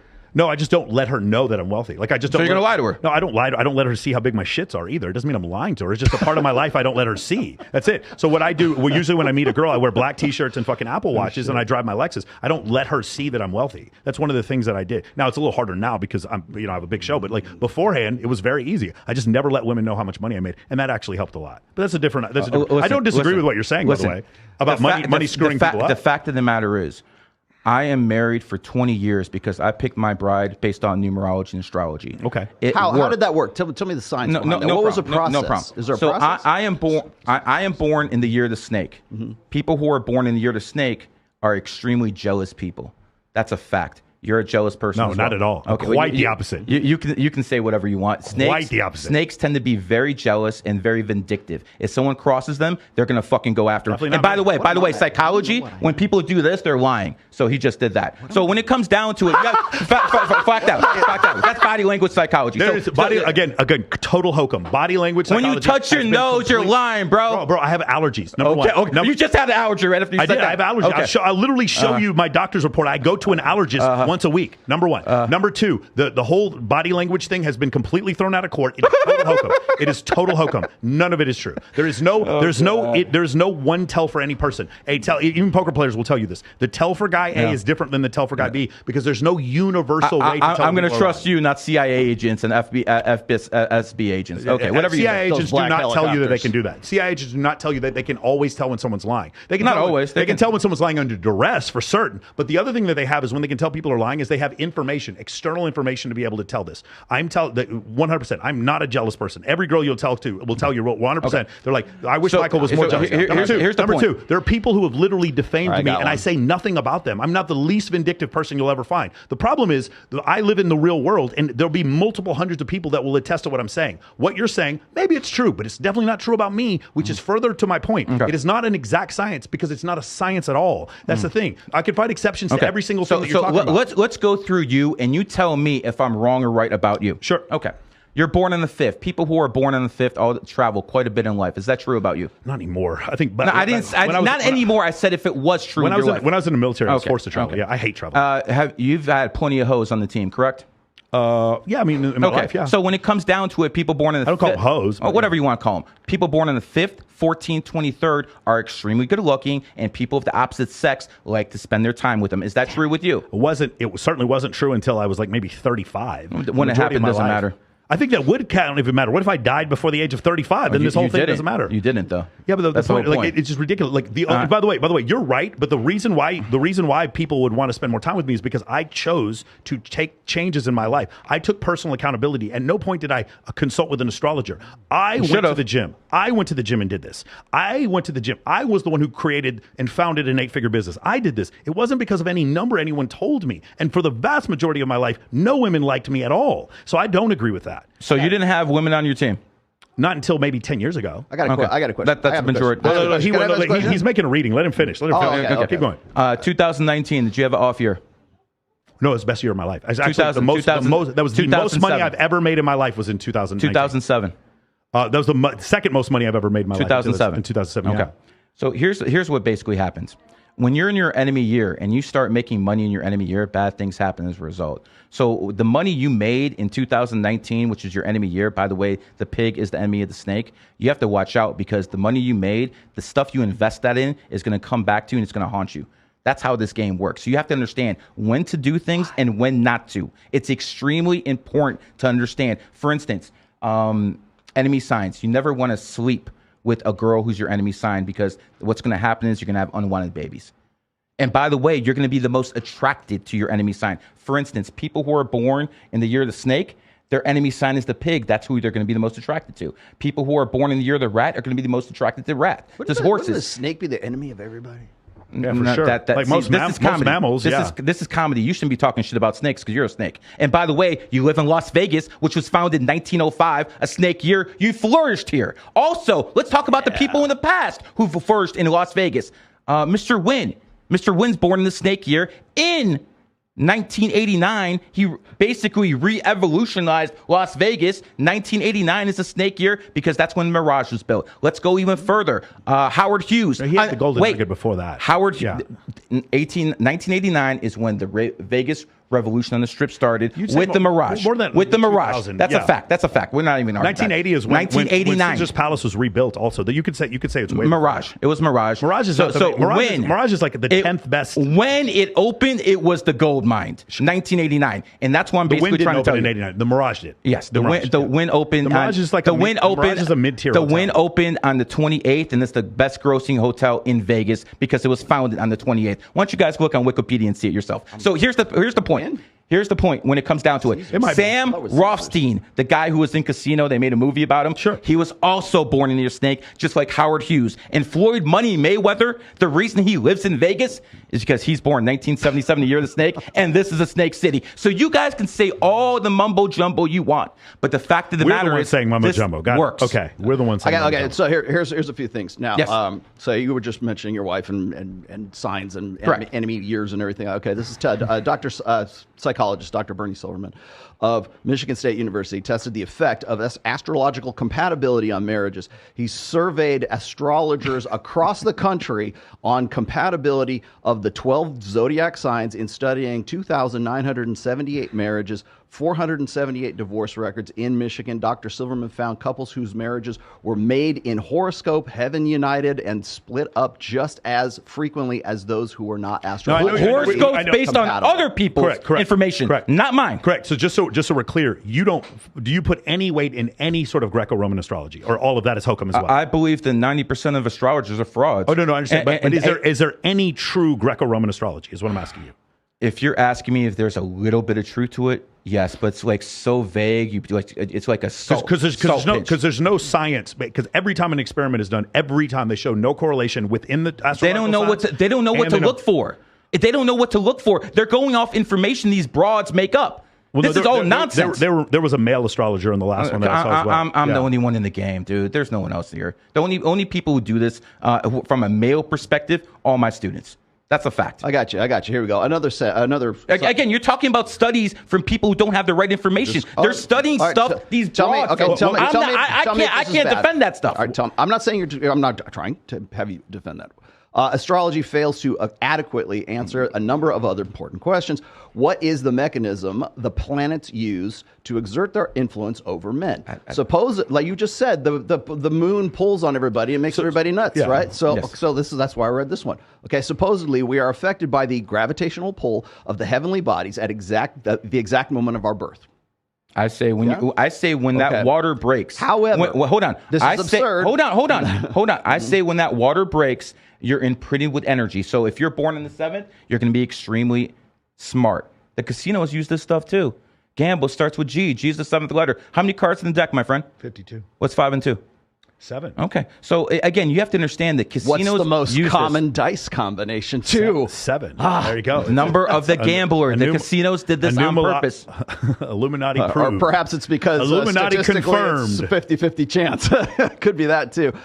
Supposedly, we are affected by the gravitational pull of the heavenly bodies at the exact moment of our birth. However, this is absurd. At least this is the opinion of Andrew Franknoy. I can't remember the guy. I don't think much of Andrew's opinions at all. Executive officer of the Astronomical Society of the Pacific in San Francisco, an international scientific and educational organization. The gravitational pull of the obstetrician is 6 times that of Mars. Correct. Okay, guys. He has also pointed at the hospital building in which the person has been born 500,000 times more than the Mars. gravitational pull of Mars. Guys, you're basically pulling up like Dr. Fauci's work and asking me to defend it. I cannot defend other Fauci, people. I'm not gravity. This is all garbage. Measurable. Okay, listen. You're basically asking me to defend stuff. I have nothing to do with. No true Scotsman. Okay? This is again the no true Scotsman defense. All the other astrologers are wrong. Then why would the you. moon make any difference in criminality? You brought up the moon. That's the reason why we're bringing this up. I brought up the moon because it pulls on tides and 70% of the human body is water. Right. So obviously that would make something. I didn't say anything about Jupiter. I didn't say anything about Saturn. Okay. You guys did. I didn't. Okay. So let's make that clear. Sure. I'm talking about Earth astrology, Vedic, Chinese, Vietnamese, whatever you want to call it. Yeah. Because on this planet where we're all born, you're born on this planet, right? Hopefully. Okay. Yeah. So we're all born on this planet. So when it comes down to it, this astrology is the one that affects us. Don't tell me about some other broad who's been divorced 3 times. I agree with what you. she said. Okay. I'm telling you about what I do. We talk about crap all the time. My whole thing is like your astrology. It's like when you multiply any number by 0, you get 0. Yours is just as inaccurate as theirs. That's the problem. The idea that like somehow the world imbued with this knowledge that nobody else. I've had several sports bettors on here. Here's the funny thing. As soon as I had a Flat Earth Dave on here, you know what happened the next day? I had a bunch of other flat earthers. I called the Super Bowl 3 times times in a row, by the way. Listen, you called the Super Bowl 3 times. I've called the Super Bowl 3 times in a row too. That it doesn't mean anything. Listen, it means I'm a good handicapper because of numerology. You could be a good because handicapper. I use numerology and astrology. So here we go. One at a time. So what'll happen is the day after I had Flat Earth Dave on my podcast, I had a bunch of flat earthers hit me up and be like, "That dude's a fraud, and you should listen to my version of Flat Earth." The day I had Vegas Dave on my podcast to talk about sports betting, after that, I had numerous other sports bettors hit me up and be like, "That guy doesn't know what he's talking about." So this is called the no true Scotsman defense. Basically, everyone else is false except me because this is provably untrue. The reason why nobody does Greco-Roman astrology is because there's so many videos right now that just completely dunk on Greco-Roman astrologers. The reason why he's doing Chinese astrology is because nobody even thinks to try to debunk it because you can't debunk it. Well, you can because there has been a video. It was a TED Talk where this one woman, she went through all these famous people and all these billionaires that lived in China and showed that there was no correlation between wealth and what sign you are. This is unassailable. This is over. There is no correlation whatsoever. How many black billionaires are there? 12, 15, somewhere around there. Okay. Michael Jordan born on the 17th. Kanye West born on the 8th. Most of the black billionaires you're going to find are born on the 8th, 17th, 26th, or 28th because those are money numbers. What people have to understand is... But they're black billionaires. Do you see how you just cherry-picked again? What if they're part black? What if they're 1/8 black? That's the whole point I'm trying to tell you. There's not that many of them, and the ones that are there have that number.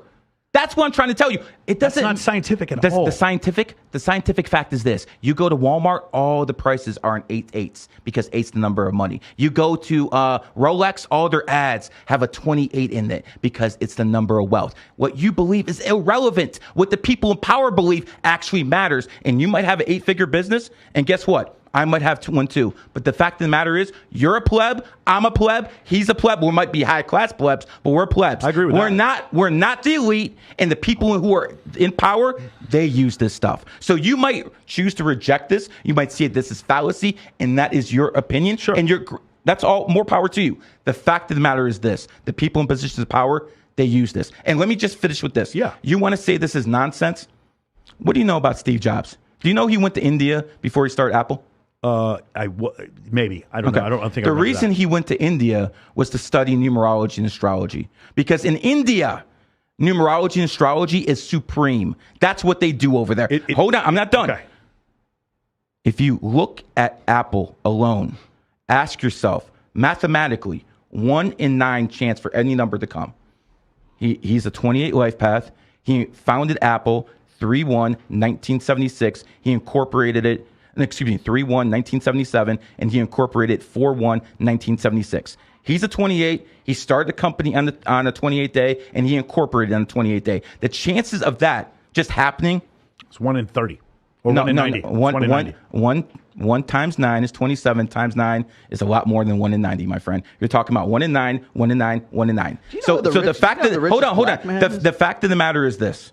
I got him. This stuff works if you actually pay attention. You're just doing fluff stuff. Oh, this doesn't make sense. You have to dive into it. You have to really dive into it. No, you didn't dive into Vedic astrology. And you know what I found out? I'm not doing Vedic astrology. The Supreme Court. I don't do Vedic astrology. But you just brought up Steve Jobs going to India. That's what I'm talking about. And I said numerology. No, you said numerology. You said astrology and numerology. That is true. I did say that. And when he went there, they're so deep into numerology and astrology that the Supreme, stop the video and look at this up on your own. The Supreme Court of India has now trying to make it illegal to teach astrology in schools. People can get a PhD in astrology in India. It's utter nonsense. And this is one of the problems. We are so uneducated as a society when it comes to science, technology, engineering, and mathematics. The idea of teaching numerology and astrology at school is dangerous. It's actually dangerous. This is a fun thing for people to talk about, whatever, bet on whatever. I got 20 employees who do numerology and astrology for a living. You're telling me this is garbage? No, I'm telling you that sports betting, a lot of people would say that's garbage. You make money from selling picks, not from actually betting. No, I do both. I do both. Okay, that sounds good. So what you need to do is have a little bit more of a clear track record and try to make sure you keep those screenshots and instead of letting them go away with your Twitter accounts. And if you do that before, again, you're going to show me wins. This is a more Texas sharpshooter thing. You're going to show me money you do have. Parlays, it doesn't matter. You're not going to show me losses. You're only going to show me wins. You want to follow me for a month and we'll see if I win or more or lose? You're more than welcome to. I'm betting 10, 20K a day. Do you have more wins than losses? Do you predict things accurately? accurately more than you predict things falsely. I will do it this way. I don't do straight bets. I'm not Vegas Dave. I don't bet minus 200, minus 150. I believe that's a sucker. Okay, let's take money out of it, like predictions. Hold on. How accurate are your predictions? The only predictions that matter are the ones against the line. Any idiot can pick in the minus 900, okay? Well, you just predicted Trump and some political stuff, too. I mean, just take it out of the realm of betting for a moment. Like, how accurate are your predictions? Extremely accurate. I would say 80%. So you would say 20% fail, 80% success. So not in sports though. Not in sports. Okay, not in sports. Okay, got it. Not in sports, but in politics, stuff like that, I'm pretty dead on. I mean, for instance, I was invited to White House for a reason. Okay, can we? Do you have another question? Because I have a bunch of questions I want to ask. You can go ahead. Okay, cool. I'm not trying to say pro. Let me throw one quick thing out here. I forget what the name of the author that threw this out. I think it might have been Asimov, but it was. Any sufficiently advanced technology is indistinguishable from magic. Magic, yeah. And that's applicable to so many different things. So we have a capacity for magical thinking, and that's a feature, not a bug, by the way. So when we're imaginative, it's just as important as knowledge is as well. So the problem with it is that imagination, that capacity for magical thinking can be just as damaging as it can be a benefit to us as well. So can driving a car if you kill people. I understand that. The knowledge is never the problem. It's how people use it. The fact is that the machine, that is the human body, that is the human brain, has a capacity for wonderment and to wonder, like, is this really for real? Is this bullshit? Are there ghosts? Are there UFOs? Are there this? Is numerology this? I want to look for patterns. That is a feature, not a bug. So we can have advanced science as a result of having this imagination, this capacity for imagination, but we can also have it as being something that's like the cause of the worst human atrocities as well. So we have to take things sort of like into a holistic look at all this whole thing. So when we're looking at something that we say this is a damaging belief. Some people will say religion is like that. Some people will say astrology, any superstitions, tarot cards, whatever is the woo-woo magical thinking energy, whatever. That it's unmeasurable. So you don't believe in spirituality at all? I do, but not in the sense that you're thinking here. So what I'm saying is that we have the capacity to imagine something that is beyond the physical, and what happens is when we let that get out of hand and we don't use that with rationality and reason, that's when you get into trouble, and that's when society. Here's a great example of that. So the Chinese New Year is February 5th, and on February 4th, if you go look, there's this unbelievably high number of cesarean sections that happen in China because these people do not want their child born on a certain year. Outstanding. That's exactly what they should be doing. Absolutely. That's exactly terrible. what they should be doing. Absolutely you know what? terrible. You can say whatever you want, but you go to the royal family and you see they're having C-sections, and most of the kids in the royal families are 11s, 22s, 33s. So again, you can say whatever you want, but the people in the royal family, like Prince William, is an 11. His father is an 11. And by the way, the queen who just died. I would not use either one of those as an example for anyone's great. But wait a second. Wait a second. They were 11s and they were C-sections because the royal family wants people who are master numbers. Again, look at the presidential races. How do they control that? You would have them born at a certain time, so you pick when the C-section happens. You're having healthy young women having unnecessary surgery because of this hokum. Yes. I got it. Well, I didn't understand. Basically, both my kids were cesareans, and they both were picked on the same day. And guess what? Extremely healthy kids, because you know what?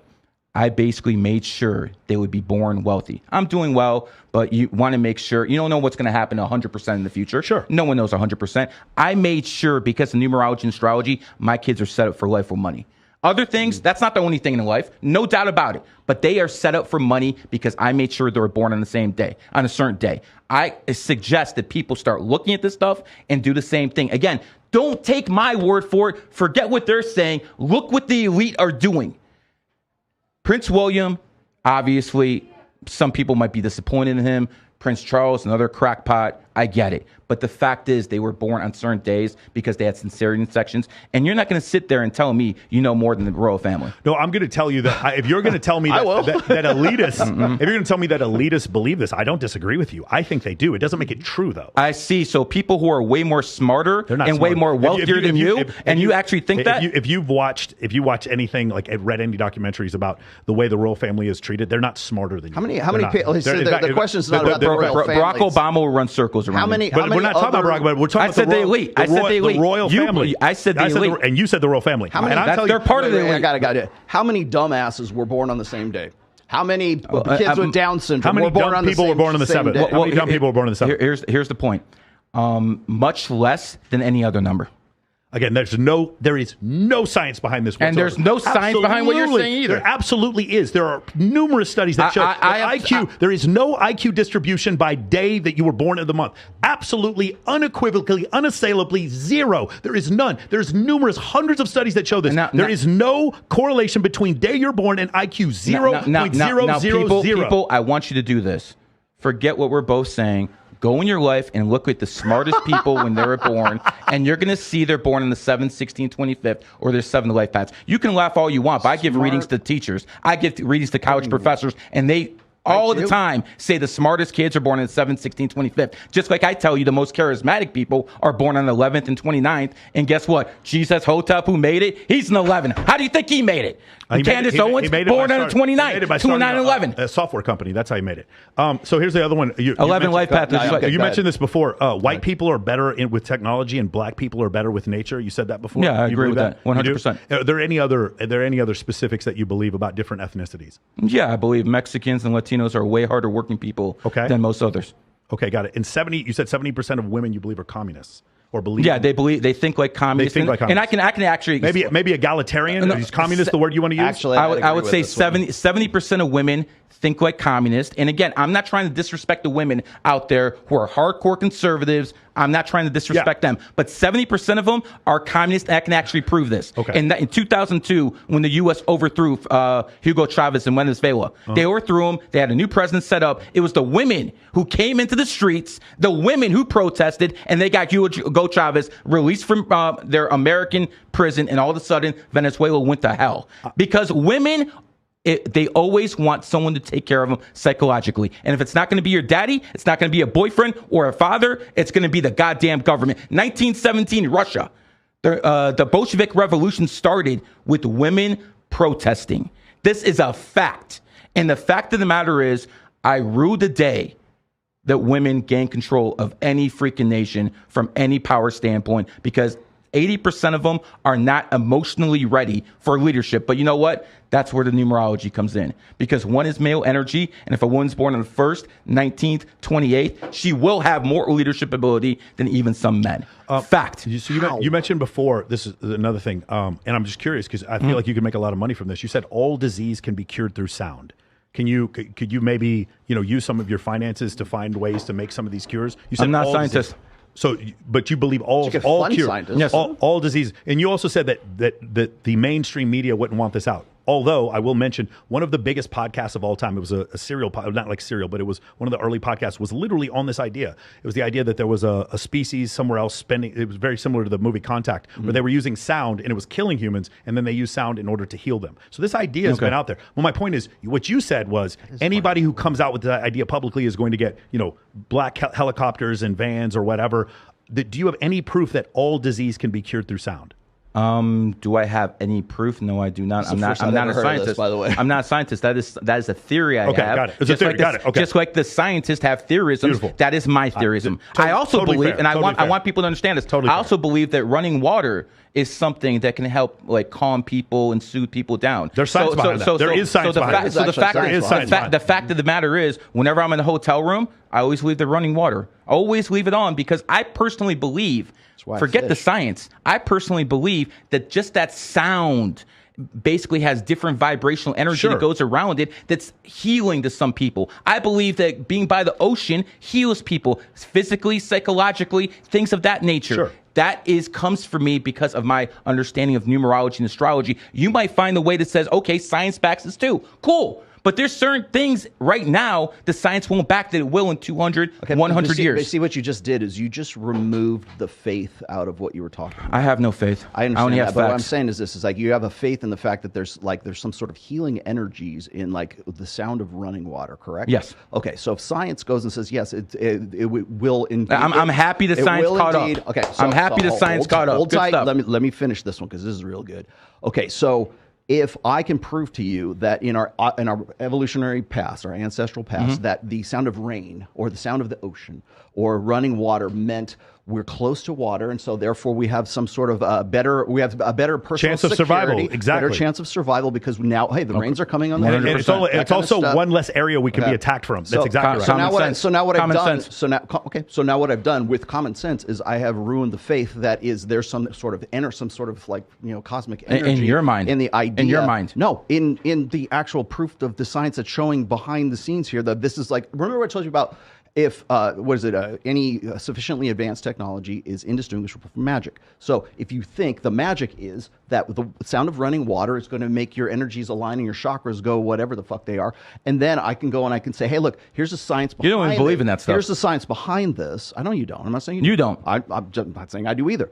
But I believe in chakras. But the science behind that is now ruining the faith that you had in the fact that this was energy or chakras or you mean just because just because the science backs what I believe now it ruins what I believe in the first place? No, that makes no sense. Not at all. But your reasoning for it does ruin. But it pulls it out of the metaphysical and puts it into objective. If I believe what I believe from one standpoint and you believe what you believe from another different standpoint, that doesn't basically say invalidate my argument. Yes, it does. I will be happy. I will be happy that you found a different correction. Like for instance, you could take this street to get to this location. I'll take this street. Me driving from the left and you driving from the right does not disprove that I'm coming from this direction. No, right. It does not. The results are the same, but I'll give you an example. Like so, for instance, there were certain constellations that would rise in the sky before the Nile would flood in Egypt, and so they started to correlate those constellations with the flooding of the Nile. What they did incorrectly, though, is they believed that the Nile flooded because of the constellations as opposed to the position of the Earth and the Sun.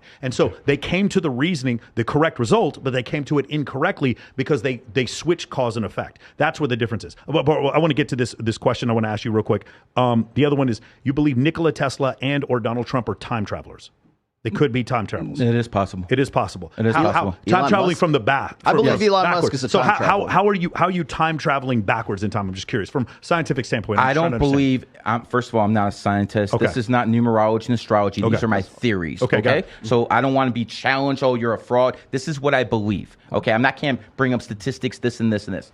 I can say that when it comes down to Mr. Tesla, he does certain things that people didn't do. And like, for instance, he wouldn't sleep. He would sleep for 20 minutes and then wake up. He would just sleep in inframonths. Now, I believe that's what people are going to do in the future. So for me, that's one thing I can look at and be like, okay, that doesn't make sense, but he's doing something that might be something that they might do in the future. I personally believe Keanu Reeves is a time traveler. Okay, got it. Okay, when you look at Isaac Newton would then be a time traveler. From the future or from the past? You said that, not me. When I look at Keanu Reeves, when he takes pictures with females, he always puts his palms out like this. Yeah. This is something I believe they're going to do in the future when the feminists take over. He did that after the Me Too movement. That's okay, I understand. Yeah. I believe. By the way, I do the same thing. It's called hover hands. I believe this is hover hands. I believe this is something that more and more people are going to do. But here's the point: time travelers can't have kids because they don't belong in this timeline. If you don't belong in this timeline, you can't have kids. Tesla did not have kids. What's his name? Keanu Reeves can't have kids. In the movie The Time Traveler's Wife, it said specifically in that movie, time travelers cannot have kids. So again, I can't tell you for 100%. I can put things here and here. I personally believe that Tesla is a time traveler. Okay, the Zionist faction of the CIA. Can you go into Zionists, what you believe Zionists are? You really want to do this? Yeah, definitely. I definitely do. Okay. I'm Jewish, by the way. Okay. I want to make this abundantly clear. I am Jewish. Shalom. Okay. Shalom. You don't have any faith, but you are Jewish. Like I don't go to temple. Heredity. I don't go to temple. I don't believe in that stuff. Okay. I don't need a Bible to tell me not to steal. I don't need the Quran to tell me not to cheat on my wife. Okay. So here's the point. When I look at the Zionists, I believe they're running this freaking world. Okay. I believe that if you look at Zionism as a whole, they control all the money, they control the politics, and if you look at it downright, almost every billionaire I know is Jewish. Personally, that I know is Jewish. Now, if it wasn't them, it'd be someone else. That simple. Okay, yeah. I mean, I know a lot of billionaires who aren't Jewish, but I just wanted to get some clarification on that, because the next thing I wanted to talk about is, you believe that Julian Khashoggi was murdered because he had the word hog in his name. Not because. No. Come on, man. That was a joke. Don't take those Twitter Okay, stuff. got it. So that was a Twitter. Joke. No, you said it. You said it. You said those words. Hotep Jesus. That was when you look at CIA. The CIA was founded in 1947, the year of the pig.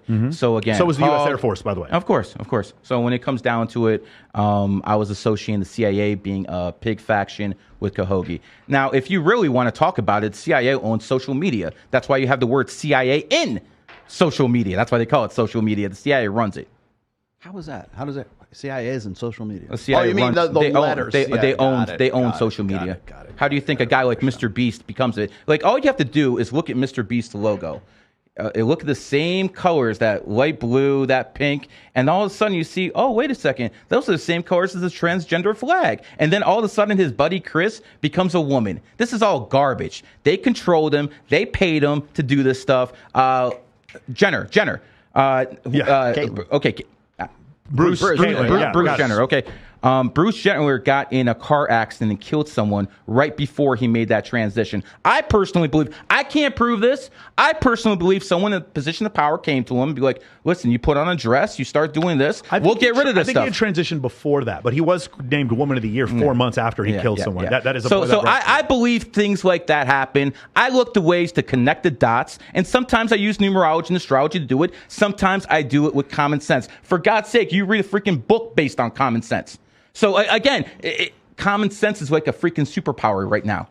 The other one I thought was really interesting is that Yes We Can from Barack Obama. You believe? Yes, Wiccan. Yes, Wiccan. So I believe that Barack Obama openly was like, hey, you know what? Yes. Let's promote Wiccan ideology. Yes. And so that's why he was saying yes, we can. I believe that Barack Obama is the most powerful person in the U.S. government in at least 50, 60 years. He runs the deep state. He got Trump elected.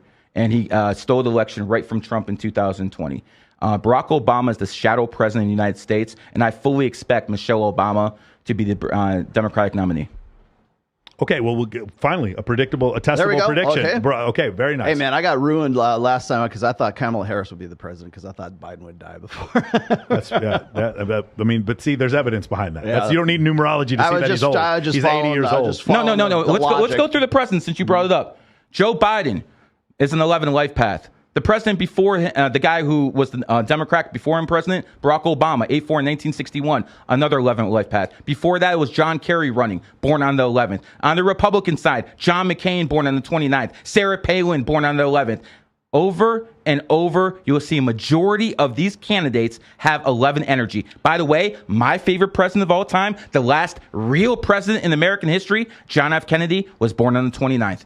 The other thing I want to ask you about was the idea 2 that and 9. Got it. Okay. So this is you're catching on, brother. This is a really controversial thing. Is that the idea that you believe that all homosexuals are created? There's no genetic part of homosexuality or even hormonal. You believe that it's all behavioral and stimulus. Let's look at John. What's that guy who got fired from CNN? Don Lemon. Don Lemon. Okay, Donald Trump was born on the 14th. Yeah. Okay.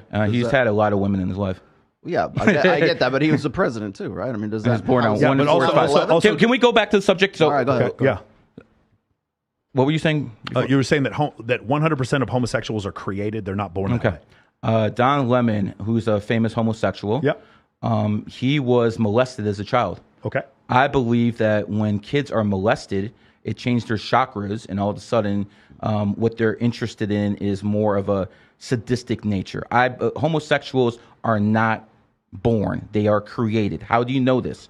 Because right now, 20% of the youth, millenniums, basically say they're they identify as non-binary, not as homosexual. Whatever. They identify with all that garbage. The point of the matter is, this is what happens when the leftists get control of your school system. They start pumping this garbage down your throat because they want the family unit broken.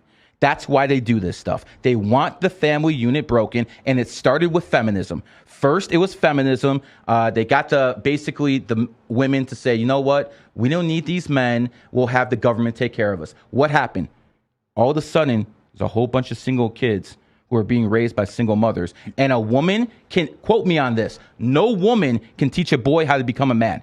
It's not possible. So when you have a society based off single mothers, what you have is a whole bunch of beta freaking males who get created. And guess what? Those beta males start becoming more and more liberal. And then again, it goes deeper and deeper and deeper. I don't disagree with your last part, but the first part is you're sort of conflating two different things, right? So for instance, there are studies that show that people who are molested are more likely to molest. That is correct. We found studies in that. But the problem with what you're saying about the homosexual thing is that there's a study. Are you a homosexual? No. Okay. There's a study. It's called what's it called? Dataclysm.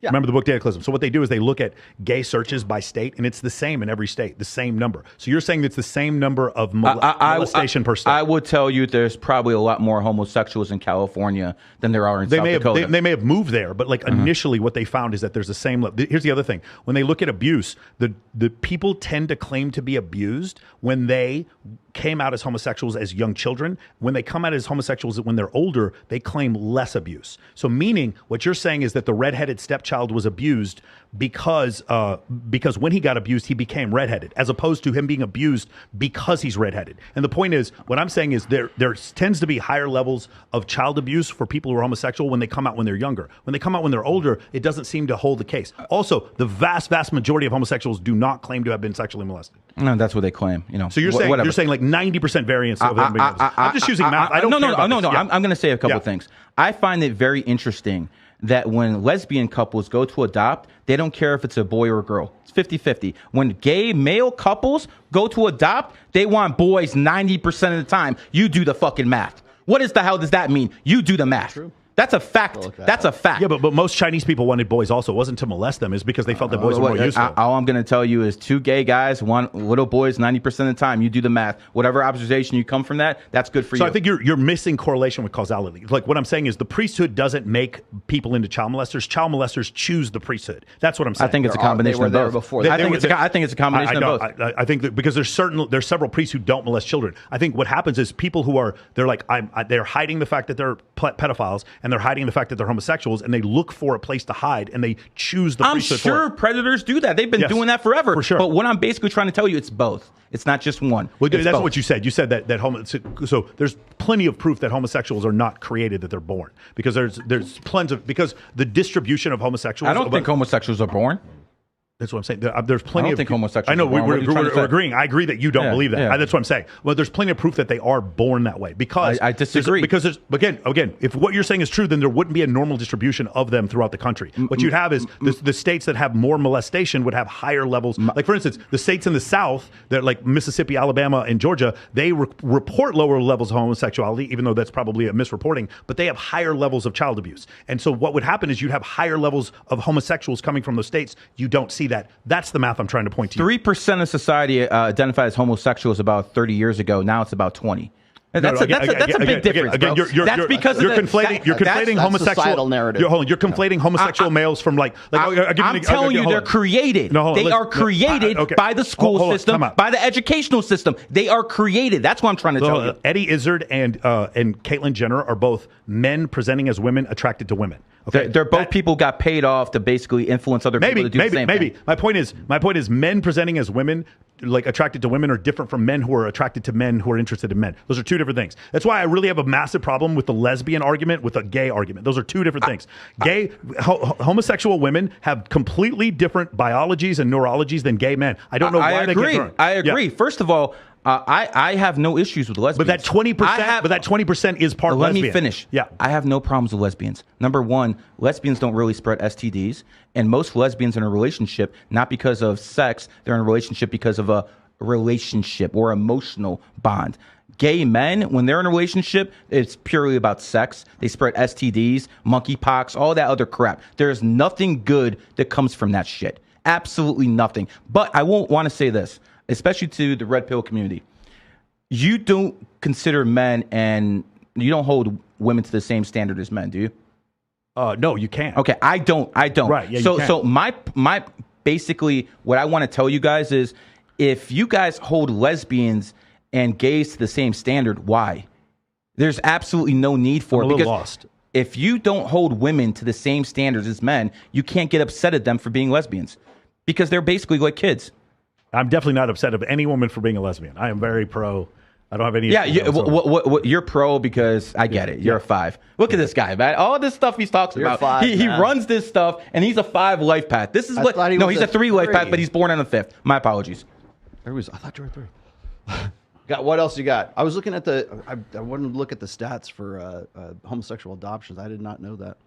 Yeah, listen. It's more. You are correct. If you go and you look at the LGBT flag.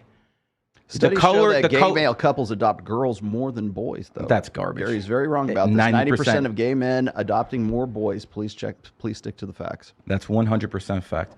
When it comes down to it, I want you guys to look at the gay flag. It has the color red on top and the color purple on the bottom. Red is the number of it's the color of sexuality. The first vowel in red is E. The first vowel in sex is E. And when you look at that, you're going to see a correlation based off E being the 5th letter, as we talked about before, 5 being the number of sexual energy. So when people want to basically, women who are listening, if you want to seduce people, wear the color red. That's why they have the woman in the movie The Matrix, the lady in red. There's certain colors you can wear to stimulate people in a certain way. Yeah, the reason for that is because it simulates the flushing of sexual arousal. That's why women put rouge on their faces. We're not trying to have a discussion about gay marriage or anything. You brought it up, not me. No, listen. It was strictly a mathematical equation. Yeah. Because this is something, and in evolutionary psychology, one of the things they want to know is like, why do some people become gay? One of the most prevalent mass theories, propaganda. One of the most prevalent. Again, the thing is, you keep confusing. You keep throwing lesbians and trans people and homosexuals together. Homosexuals are by themselves. They do one thing, lesbians do a different thing, and trans people do a different thing. That's my point. So when that 20% number, 4.5% of men claim to be homosexual, that 20% number includes all those groups. And I'm not saying this because I'm an activist. I'm saying this because from an evolutionary psychology standpoint, there needs to be an explanation for something that's this pervasive. And there were no communists back during the Greek Roman times when there were also homosexuals, and there were no communists back during the book of Leviticus either, when they also talked about homosexuals. So this is something pervasive throughout history. Why does it exist? The most common evolutionary psychology theory is that you had about 40% of men throughout history have procreated, about 80% of women. So you had surplus men, and this was maybe an evolutionary solution for surplus men. No. What happened was when they wanted society to start growing in the 1860s in Russia. In the 1860s in America, they got rid of serfdom, they got rid of slavery, because you cannot have a capitalistic economy without a middle class. And to have a middle class, you have to have a capitalistic economy. So they got rid of all that stuff. The whole point is this. The elite, they wanted to build things up. They wanted the aristocracy of there's always an elite. For lack of a better term, I'll call them the Rothschilds, because that's a term that most people understand. I'm pretty sure the Rothschilds around the mid 1800s. I don't know. They've been running. They've been running stuff since 1815. The actual family of Rothschilds have nothing to do with what he's talking about. It's just a term. The Rothschild family is the richest family on earth. They're worth trillions. Where are you getting this from? I would like to see the individual net worths of the people that equal up to trillions of dollars. I'm pretty sure Elon. Elon Musk said Putin's way richer than him. Is he a Rothschild? Putin and Elon are both Rothschilds, is what you're saying? Oh, I'm pretty. You don't get that type of money without actually. Okay, so now we're one further level of extrapolation. Got it. Well, okay. So getting back to the you think people make $250 billion and they're not counting backroom deals? Is that what you actually believe? No, but what I think with Elon got $44 billion in cash to buy Twitter. You think common people can come up with that type of money? But he was worth $200 billion in stocks. Stocks. So you sell the stock? No, he didn't sell the stock. He basically took the stocks out as collateral. Bro, if I had $44 billion, he's the first guy I would loan the money to. He's the richest guy in the world. $44 billion in cash. Like seriously, what do you expect? It was a cash deal. Yeah, but what do you expect him to get? The fact that he actually could prove that proves that in 2010 Barack Obama gave Mr. Musk a loan.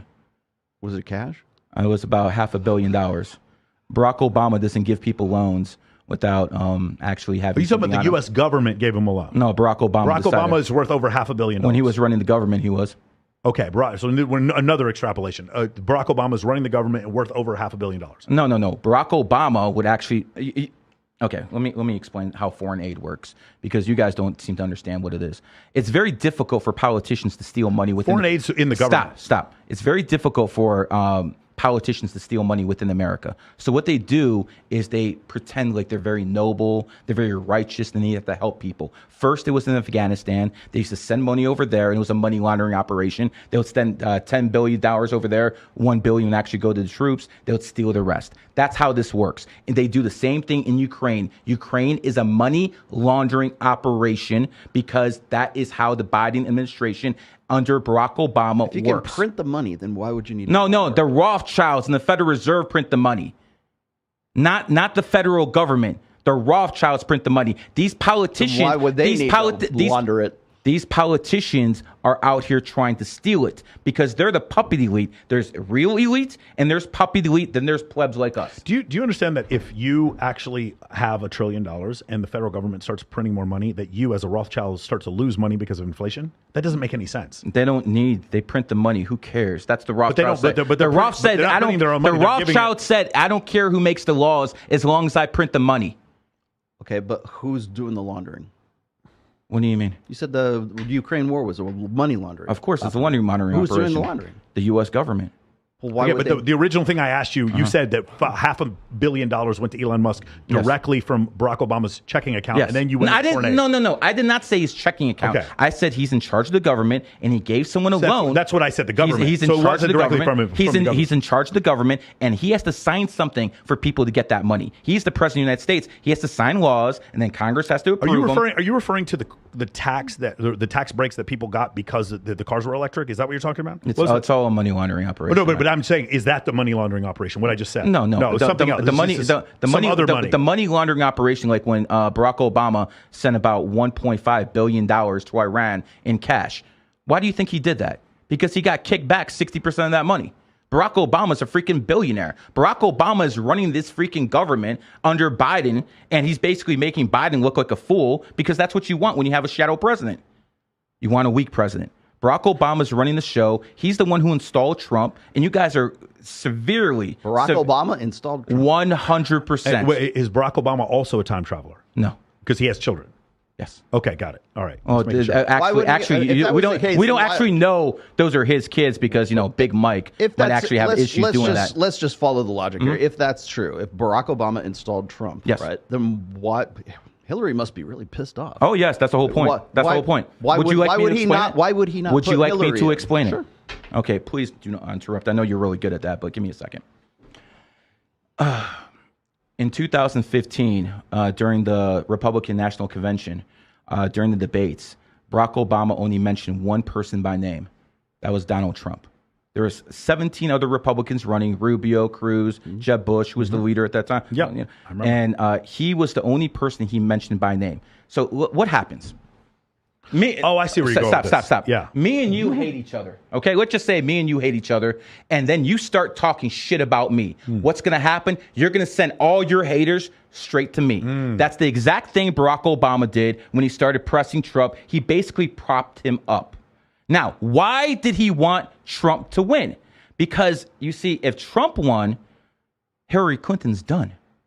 If Clinton won, she's in control of the DNC. She's in control of the White House. With Clinton out the way, he took over the DNC. Okay? So what you have to understand is James Comey... So Trump was more controllable than Hillary. You're completely off. Let me finish what I'm saying. When James Comey relaunched the email investigation of Hillary Clinton a couple of days before, that was the end of it. That was the end of Clinton. That was the end of everything. Comey would never have done something like that unless he had assurances from the very top. And the very top is Barack Obama. Now, what happens when Trump was president? He got kneecapped by the deep state with investigations over and over. So he basically needed Trump to get rid of Clinton. And now that Clinton's out the way, he stole the election in 2020 to basically have his third term through Joe Biden and what I believe will be his fourth term if Michelle Obama actually wins the presidency, or Big Mike, whatever you want to call her. So I believe Barack Obama is running this country. I believe Donald Trump was basically used to get rid of the Clintons. And I want to say this, as much as I have talked shit about Barack Obama for about 10 years, brother, thank you for getting rid of Hillary Clinton. He watches. Bravo. He watches the show, so it's good. If that's true, President then I Obama. will give you the applause for that too. Awesome. By the way, is it true that I'm just assuming this based on your birthday? Hillary Clinton's probably the politician you hate the most. Oh man, the politician I hated the most. Let me think about that. It might have been Harry Reid, actually, who the fucking. Oh yeah, okay. That guy goes, "This war is lost." That guy's a piece of shit. For like, I'm literally. So listen to this. I'm literally fighting a war. Harry and the guy's telling me Harry Reid was born in a cat year. That car bomb that almost killed him happened in the rooster year. His enemy sign. Okay.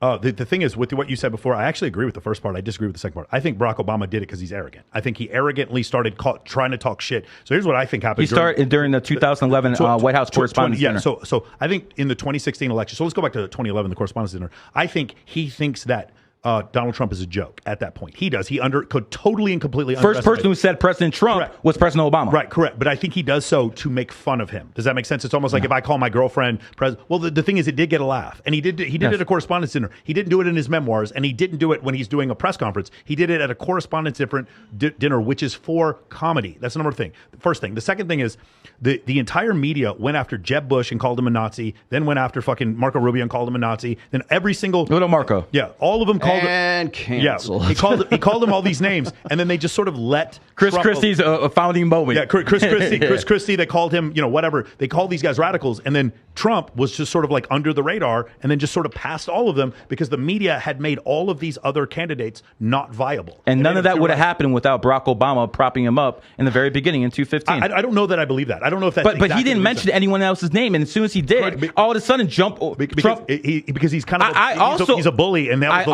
also believe. By the way, he's an ox, so yeah, they are bullies. But the point is, I don't believe Donald Trump would have been viable unless they indicted him.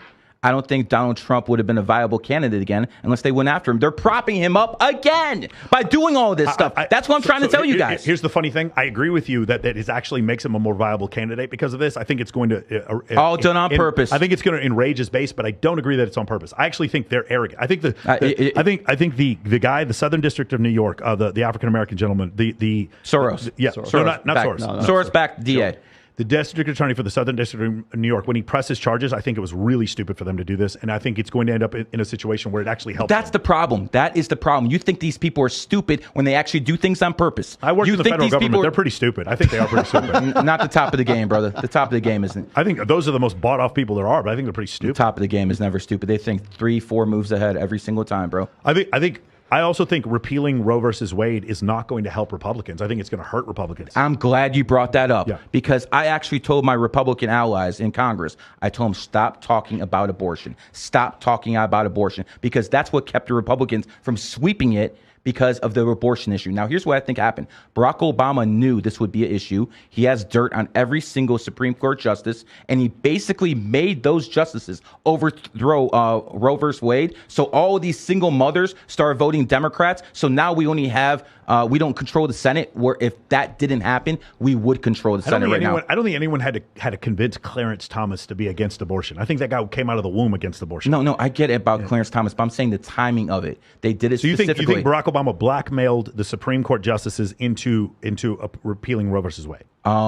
The timing of it during the midterms, yes. I mean, because what would have been a lot smarter is if after the election, had their candidate won, then, like say Trump wins after the election, then to repeal Roe versus Wade. No. You do it before the midterms because the Republicans would control the goddamn Senate. If it wasn't for it, the number one issue single mothers voted for in the last election was abortion rights. That's what galvanized them, and they knew it would. I'm telling you, guys are over here thinking that's why they. Yes, I will agree with you. You guys think they're playing checkers? They're playing chess over here, guys. I think we agree on the result. I think we disagree on the reasoning. I agree with the tactics and the strategy side of things because you got Elizabeth Warren talking about what debt forgiveness for school loans, and of course that affects disproportionately. Propping people up is something that has happened throughout history. In 1938, the German generals were ready to overthrow Hitler. Well, they were ready to overthrow him, and what happened? They sent in Chamberlain to give UK Prime Minister Chamberlain in 1938. They gave him everything they wanted, part of Czechoslovakia. All of a sudden, the German generals can't do anything. Hitler's a hero. They propped him up because they wanted World War II. That's what I'm trying to tell you guys. They do things on purpose, and you think these people are stupid. They're not. They do things on purpose. I think Chamberlain was stupid. I think Chamberlain was just stupid. Yeah, I do. So every mistake people have made is because they're stupid, not because there's a higher power out there that are basically masquerading What's the higher things. power? What's the higher power? The Rothschilds. The Rothschilds then told Neville Chamberlain to allow Adolf Hitler to invade Austria, then Poland, and then France. Okay, let's break this down. Zionism. Okay, we talked about Zionism. that, right? What was Hitler's party called? You're a guy of history. The anti-social. I'm sorry. The National Socialist. Okay. Yeah. So let's Soviet take the first two letters of National Socialism, NA. In German or in American? English. Because English is the dominant language in the world. So let's take the first two letters of National. No, it's not. Actually, it would be Mandarin Chinese. I see. So we have Chinese More signs. people speak Chinese than We they have do, English, but we have continue. signs in English, in American, in Chinese on the freeway. No, they have signs in the most English. spoken language in the world is Chinese. If you go to other nations, all the highway signs There are more in Chinese English. people than there are people who speak. That might. pretty America sure of that. is the dominant language in the world. America.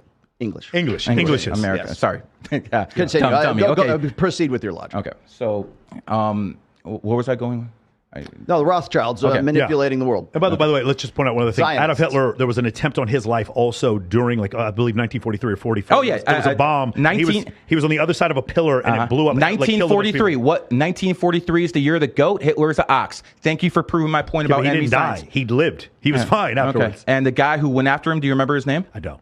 He was born in 1943. He was born in the goat year as well. So the guy who tried to kill him was born. They made a movie on him, Tom Cruise. I forgot what the guy, Valkyrie. Or something like that. So the guy who actually did that, the guy who actually tried to rise up against him. The Rothschilds are pro-Hitler and anti-Hitler at the same time, is what you're saying. No, I'm not trying to say that at all. I'm trying to say that there's elites and there's puppets. And people like Hitler, Obama, they're powerful puppets, but there's people above them. Okay. And the people above them will never see, will never hear of them because they don't want to be heard. They don't want, just like you said, you don't want people knowing what you have. You don't want anyone to know. They're the same way. Sure. They're the exact same way. The richest person in the world, you're never going to know what his name is. Unless I believe, it's Rothschild, but you're not going to actually see it in Forbes or anything like that. Got it. Okay. You just think that they are trillionaires, but there's no record of them being trillionaires. Correct. Because they control the whole thing because they're Zionists and they control the media and the banks. And I want you to understand there's a difference between Zionists and Jews. Okay. The Jews were getting killed in the Holocaust. The Jews were my people were being killed in the Holocaust. Okay. In gas chambers. Thank you for listening. Thank you for admitting that there was a Holocaust. I appreciate that. Of course, there's a Holocaust. Okay, good. When did I ever say there wasn't? No, a Holocaust? I know you did. Not you, bro. I'm just saying you catch stray bullets from other people. Now. I don't believe 6 million people died. Interesting. I don't believe. Now, if you look at the Jewish Star, it has 6 points. They always like that number 6 in the Jewish religion. I'm not going to go into it, but you guys can look it up yourself. But when I believe 250 to 300,000 people died in the Holocaust, that's my personal opinion. That's a little nuts. That you think only that many people died. Well, if you look in the New York Times, they said there was a Holocaust in Russia that killed 6 million in 1903, 1913. Well, the Russians lost 25 million people. That was in war. Yeah. For sure. That wasn't a Holocaust. Yeah, but some of those people were captured. Some of those people. The only Holocaust that happened in Russia was in Ukraine when Stalin and his Bolsheviks were basically starving the Ukrainians. Yeah. So that was a white Holocaust that no one wants to bring up. Yeah, no, I bring it up all the time whenever you're a snake. You're a snake. Whenever Russia invades Ukraine. When people are born in snake years, they're interested in history, like me and you. So you think the Holocaust was not 6 million Jews; it was 300,000 Jews? Yes, but I believe it happened. Okay, interesting. I mean, because there's just so many accounts that show multiple concentration camps, and also these people are just sort of not accounted for. There's 6 million Jewish people that just sort of don't exist. So anymore. let's go back to what I was saying. National Socialism starts with the NA. Zionism starts with the ZI. Let's add them together. NA, ZI, Nazi. So the Nazis and the National Social and the Zionists and the National Socialist Party basically made a deal, and there's a book on it called the Transfer Agreement. I encourage everyone to read that book. Awesome. I just feel like I'm what's her name, Marsha Clark, and I'm still wondering why would the Rothschilds want to do any of this? Why would there be some? You're looking at everything through your eyes, through why you do things. What else am I going to look through? But that's the beauty of numerology and astrology. You can look through other people's eyes because you understand how they think. You guys are great at multitasking because you're threes. You're great at communication because you're threes. Why? You're also bored very quickly. Why would they want to? Why would you want to start that kind of shit? Why would you want to? Why is it upon them to have societal change over the entire world? Okay. Why does anybody want to? I'll try to answer this way. March 2020, I started saying on Twitter, "Do not take the vaccine; it's going to kill you." That was my personal opinion. Sure. Nothing has changed since. I believe that, but is it the Rothschilds too? I'm sure. I mean, think about it. If the elite, you can only kill about 100 million people, 150 million during war. You put vaccines in people, who take out 4 billion. So it's a lot more efficient. But did they kill 4 billion? You believe 4 billion people are going to die? 67% of the human population died at least one shot. I believe the ones who got the boosters. Did you get boosted? No. Oh, why didn't you get a booster? Just because I didn't see the need for it. I see, but you trusted the government on the original vaccine, but you didn't trust them on the booster. Know why? The reason why is because there was a SARS-CoV-1, and they developed a vaccine for this. So this idea that this thing was completely untested, we already had tried to make vaccines for something very similar to a coronavirus like this. Coronavirus is actually, and the other thing is the coronavirus is very similar. There goes my monetization. Sorry, my bad. We won't talk about this anymore. Okay, we're done. We're done with that. All right, the whole point. Do final thoughts because let me just finish this. Good. I went out. I got suspended over and over and over. It cost me money. But I still went out there and I told people not to get vaccinated, and I got suspended over and over. Why did I do that? Why do I need that for? It cost me money. Why do I do that? Because I needed to do that because I'm that type of person. The same way the Rothschilds are the type of person where they want to control people. If you understand numerology and astrology, it is basically advanced psychology. And my finishing thoughts. If you want to put money, there's money. If you want to do it for, if you want to do it for 100,000, if you want to do it for fucking 500,000, you can put up 30 people, 50 random strangers, and I will all read them like a book. As a matter of fact, bring all your girlfriends around. I'll read them like a book as well. I have no doubt whatsoever that this would work on all. You know what? I got an idea. I just had a fantastic idea. I'm going to get Mark Savo and Nikki in here. They do the man on the street interviews. Mark, Nikki, if you guys want to take this challenge up, you'll come to Vegas at the end. But it's mentalism. I have no doubt that you're just going to say things. So I'm just a smart guy and who knows how to talk, right? Sure, I definitely agree. I'm a little bit better than a good salesman. I'm a little bit better than a good salesman. I think you would agree that you're a smart guy that knows how to talk. I think we're both born in a year of the snake, just like me and you. The thing is, I just disagree with this idea that somehow proves anything. What I would like is more tacit, like tangible things that we can look at. I'll tell you what. So how about who's going to win the Super Bowl, NBA championship, things like that? Let's do this. Okay. I have a group. I make people sign non-disclosures. I charge them a lot of money, up to 20, 30K. If you're willing to sign a non-disclosure, I'll give it to you for free. And then you can go through my material, and then you can go to tell the world what you think. If you're willing to do that, I'll do that for you. I'll consider that. Here's the thing: Do you have any predictions as far as like who's going to win the NBA championship? Yeah, let's do predictions. Who's going to win the Super Bowl? You said before you believe that you said that Michelle or Michael Obama is going to be the candidate in 2024. What other predictions do you have? World economy, financial system resets in 2024. So what does it mean reset? Are we talking about a 50% drop in the S&P 500? What are we talking about with the reset? Oh, I think there's going to be a 20 to 30% drop in S&P this year. That's not really this year. This year, you think it's going to be 20, I think there's going to be a flash crash like there was in 20 to 30. Like there was Flash crash is not a reset though. Well, if flash crash goes down 20, 30%, it can be. Right, but that's what happened in 1987, the last year of the cat. Right, but it would have to stay down there. So yeah, of course. In order for stay down there, it goes up and down. That's what the market is. Yeah, but for it to be a recession like what happened in 1929, like I believe the whole financial system to a point will reset in 2024. So not crumble, but it resets. Yes. Okay. Like a new Bretton Woods agreement, something like that. Okay. So before December. I believe that there's going to be a war within America and China, probably by the end of the decade, with missiles and like airplanes and aircraft carrier groups. Yes, you think there's going to be a war between those two countries? I believe it's going to happen. I think it's going to happen with two ways. Number one, either Taiwan, or number two, in Manchuria. I think the Chinese would be much smarter to go into Manchuria and take that from the Russians than they would to go into Taiwan. Yeah, but we're not going to defend the Russians though. They can do that, and we won't give a fuck. That's actually. The United States is not going to stop China from invading Manchuria. You would be sadly mistaken because the number one target is China, not Russia. I agree with you on that. Russia is hitting out its weight class. Russia is not a problem. We agree on that. But you have to understand how this works. The Visigoths and the Huns and the Romans were all at war together. And the Romans went to the Visigoths and said, listen, we got to take out the Huns. They all combined forces and they took out the Huns. And as soon as the Huns were taken out, guess what happened? They went after the Visigoths. That's how it works. But there's still Huns. But what I'm basically trying to tell you is America would not allow the Chinese to have a port in Manchuria. I promise you that. Interesting. Okay, so that's a prediction. That's a prediction. That is a prediction. Super Bowl or NBA championship? It's too. You don't know. You can't do that one. Okay, can you at least give me the fucking Stanley Cup right now? Because I really need to know if my Golden Knights are going to fucking win. I don't think the Vegas Golden Knights are going to win. You fucking asshole. Any individual predictions for Rolo or myself? Okay, let's do that. 3-2, 2037. You're going to start cutting off a lot of people this year. You're definitely going to start cutting off people, and you're going to start working a lot more this year. I love you, bro. Don't leave me. Oh, it won't be you. Trust me. I can think of a few names. You're backing this guy all the way. 6 to 7.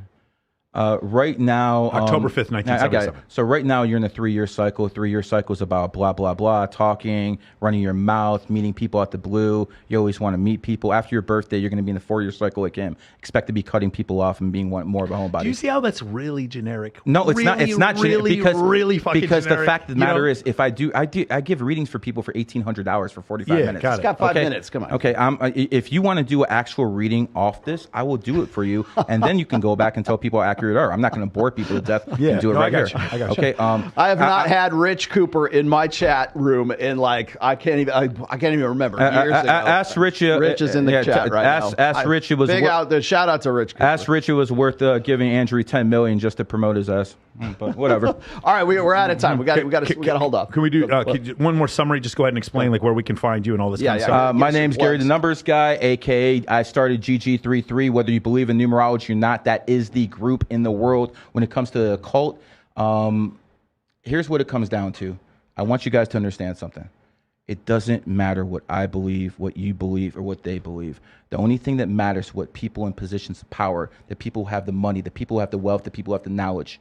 And basically, if you look through history, you will see that things happen on certain dates for certain reasons. Start putting in the legwork. Put in the work. He wants to say numerology and astrology. I'll compare this to the gym. You probably went in there for one time, did a couple push-ups. Oh, this shit don't work, and you gave up. The point is, put in the work like you do with everything else in life, and it will start making sense. I promise you. And you know what? At the end of the day, I'm the only person in my field. The harder I work, the more I manifest in my bank account. So my whole thing is, I definitely think you would have been the greatest goddamn defense attorney of all time. I think you really missed a calling there. 100%. You should. Or a Baptist minister. 100% right? Baptist minister. And if you had taught a pickup course, solely. My brothers and sisters. I love you. I can do that too. I get it. I think you'd have made $500 million teaching a pickup course on astrology. I basically teach billionaires now, so it's okay. That being said, the fact that you make money is not proof to me. To me, it's like very similar. No. People who are worth a lot more than me and you hiring me to actually do stuff for them. And guess what? Those people. If you're going to call them stupid because they come to me or all that other stuff, or misguided, or all this other stuff, the fact of the matter is this. Okay. People who run things and have money, they have sway in this world. They're coming to me. I'm the only person in my field they come to. And at the end of the day, I'm going to shove numerology and astrology down people's throats whether they like it or not. That's apparent. The thing is, I also know some very, very wealthy people who don't believe in that and actually consult with computer scientists and physicists and other people like that in order to get their information. Guess what? And they don't believe in astrology. I get the last word. To me, have they? Good. This is my fucking show. So Amen, brother. What I'm going to say is that when we don't understand shit, we will apply our own imaginations to that shit. It's called metaphorical truth, right? It's like it doesn't necessarily have to be 100% factually absolutist, but if we don't know what it is, we'll call it vibing. We'll call it magic. We'll call it energy. We'll call it whatever. And until we have some sort of science that's going to drag it out of the metaphysical and put it into the physical, then we're still going to have as human beings, we're always going to want to find some sort of, answer in the stars or some bullshit like that until we can figure it out. At some point, we're going to figure out that this is bullshit or it's not bullshit, or maybe we're both right. And in that case, we pull it out of the realm of faith and we put it into the real world where we can actually use it. So hopefully you guys got something out of today's show and you can actually use it today.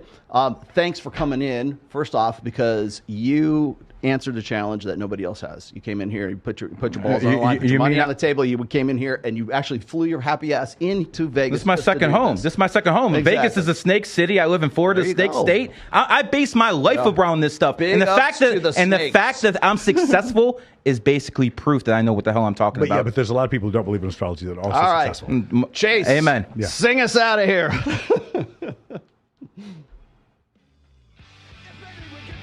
There we go.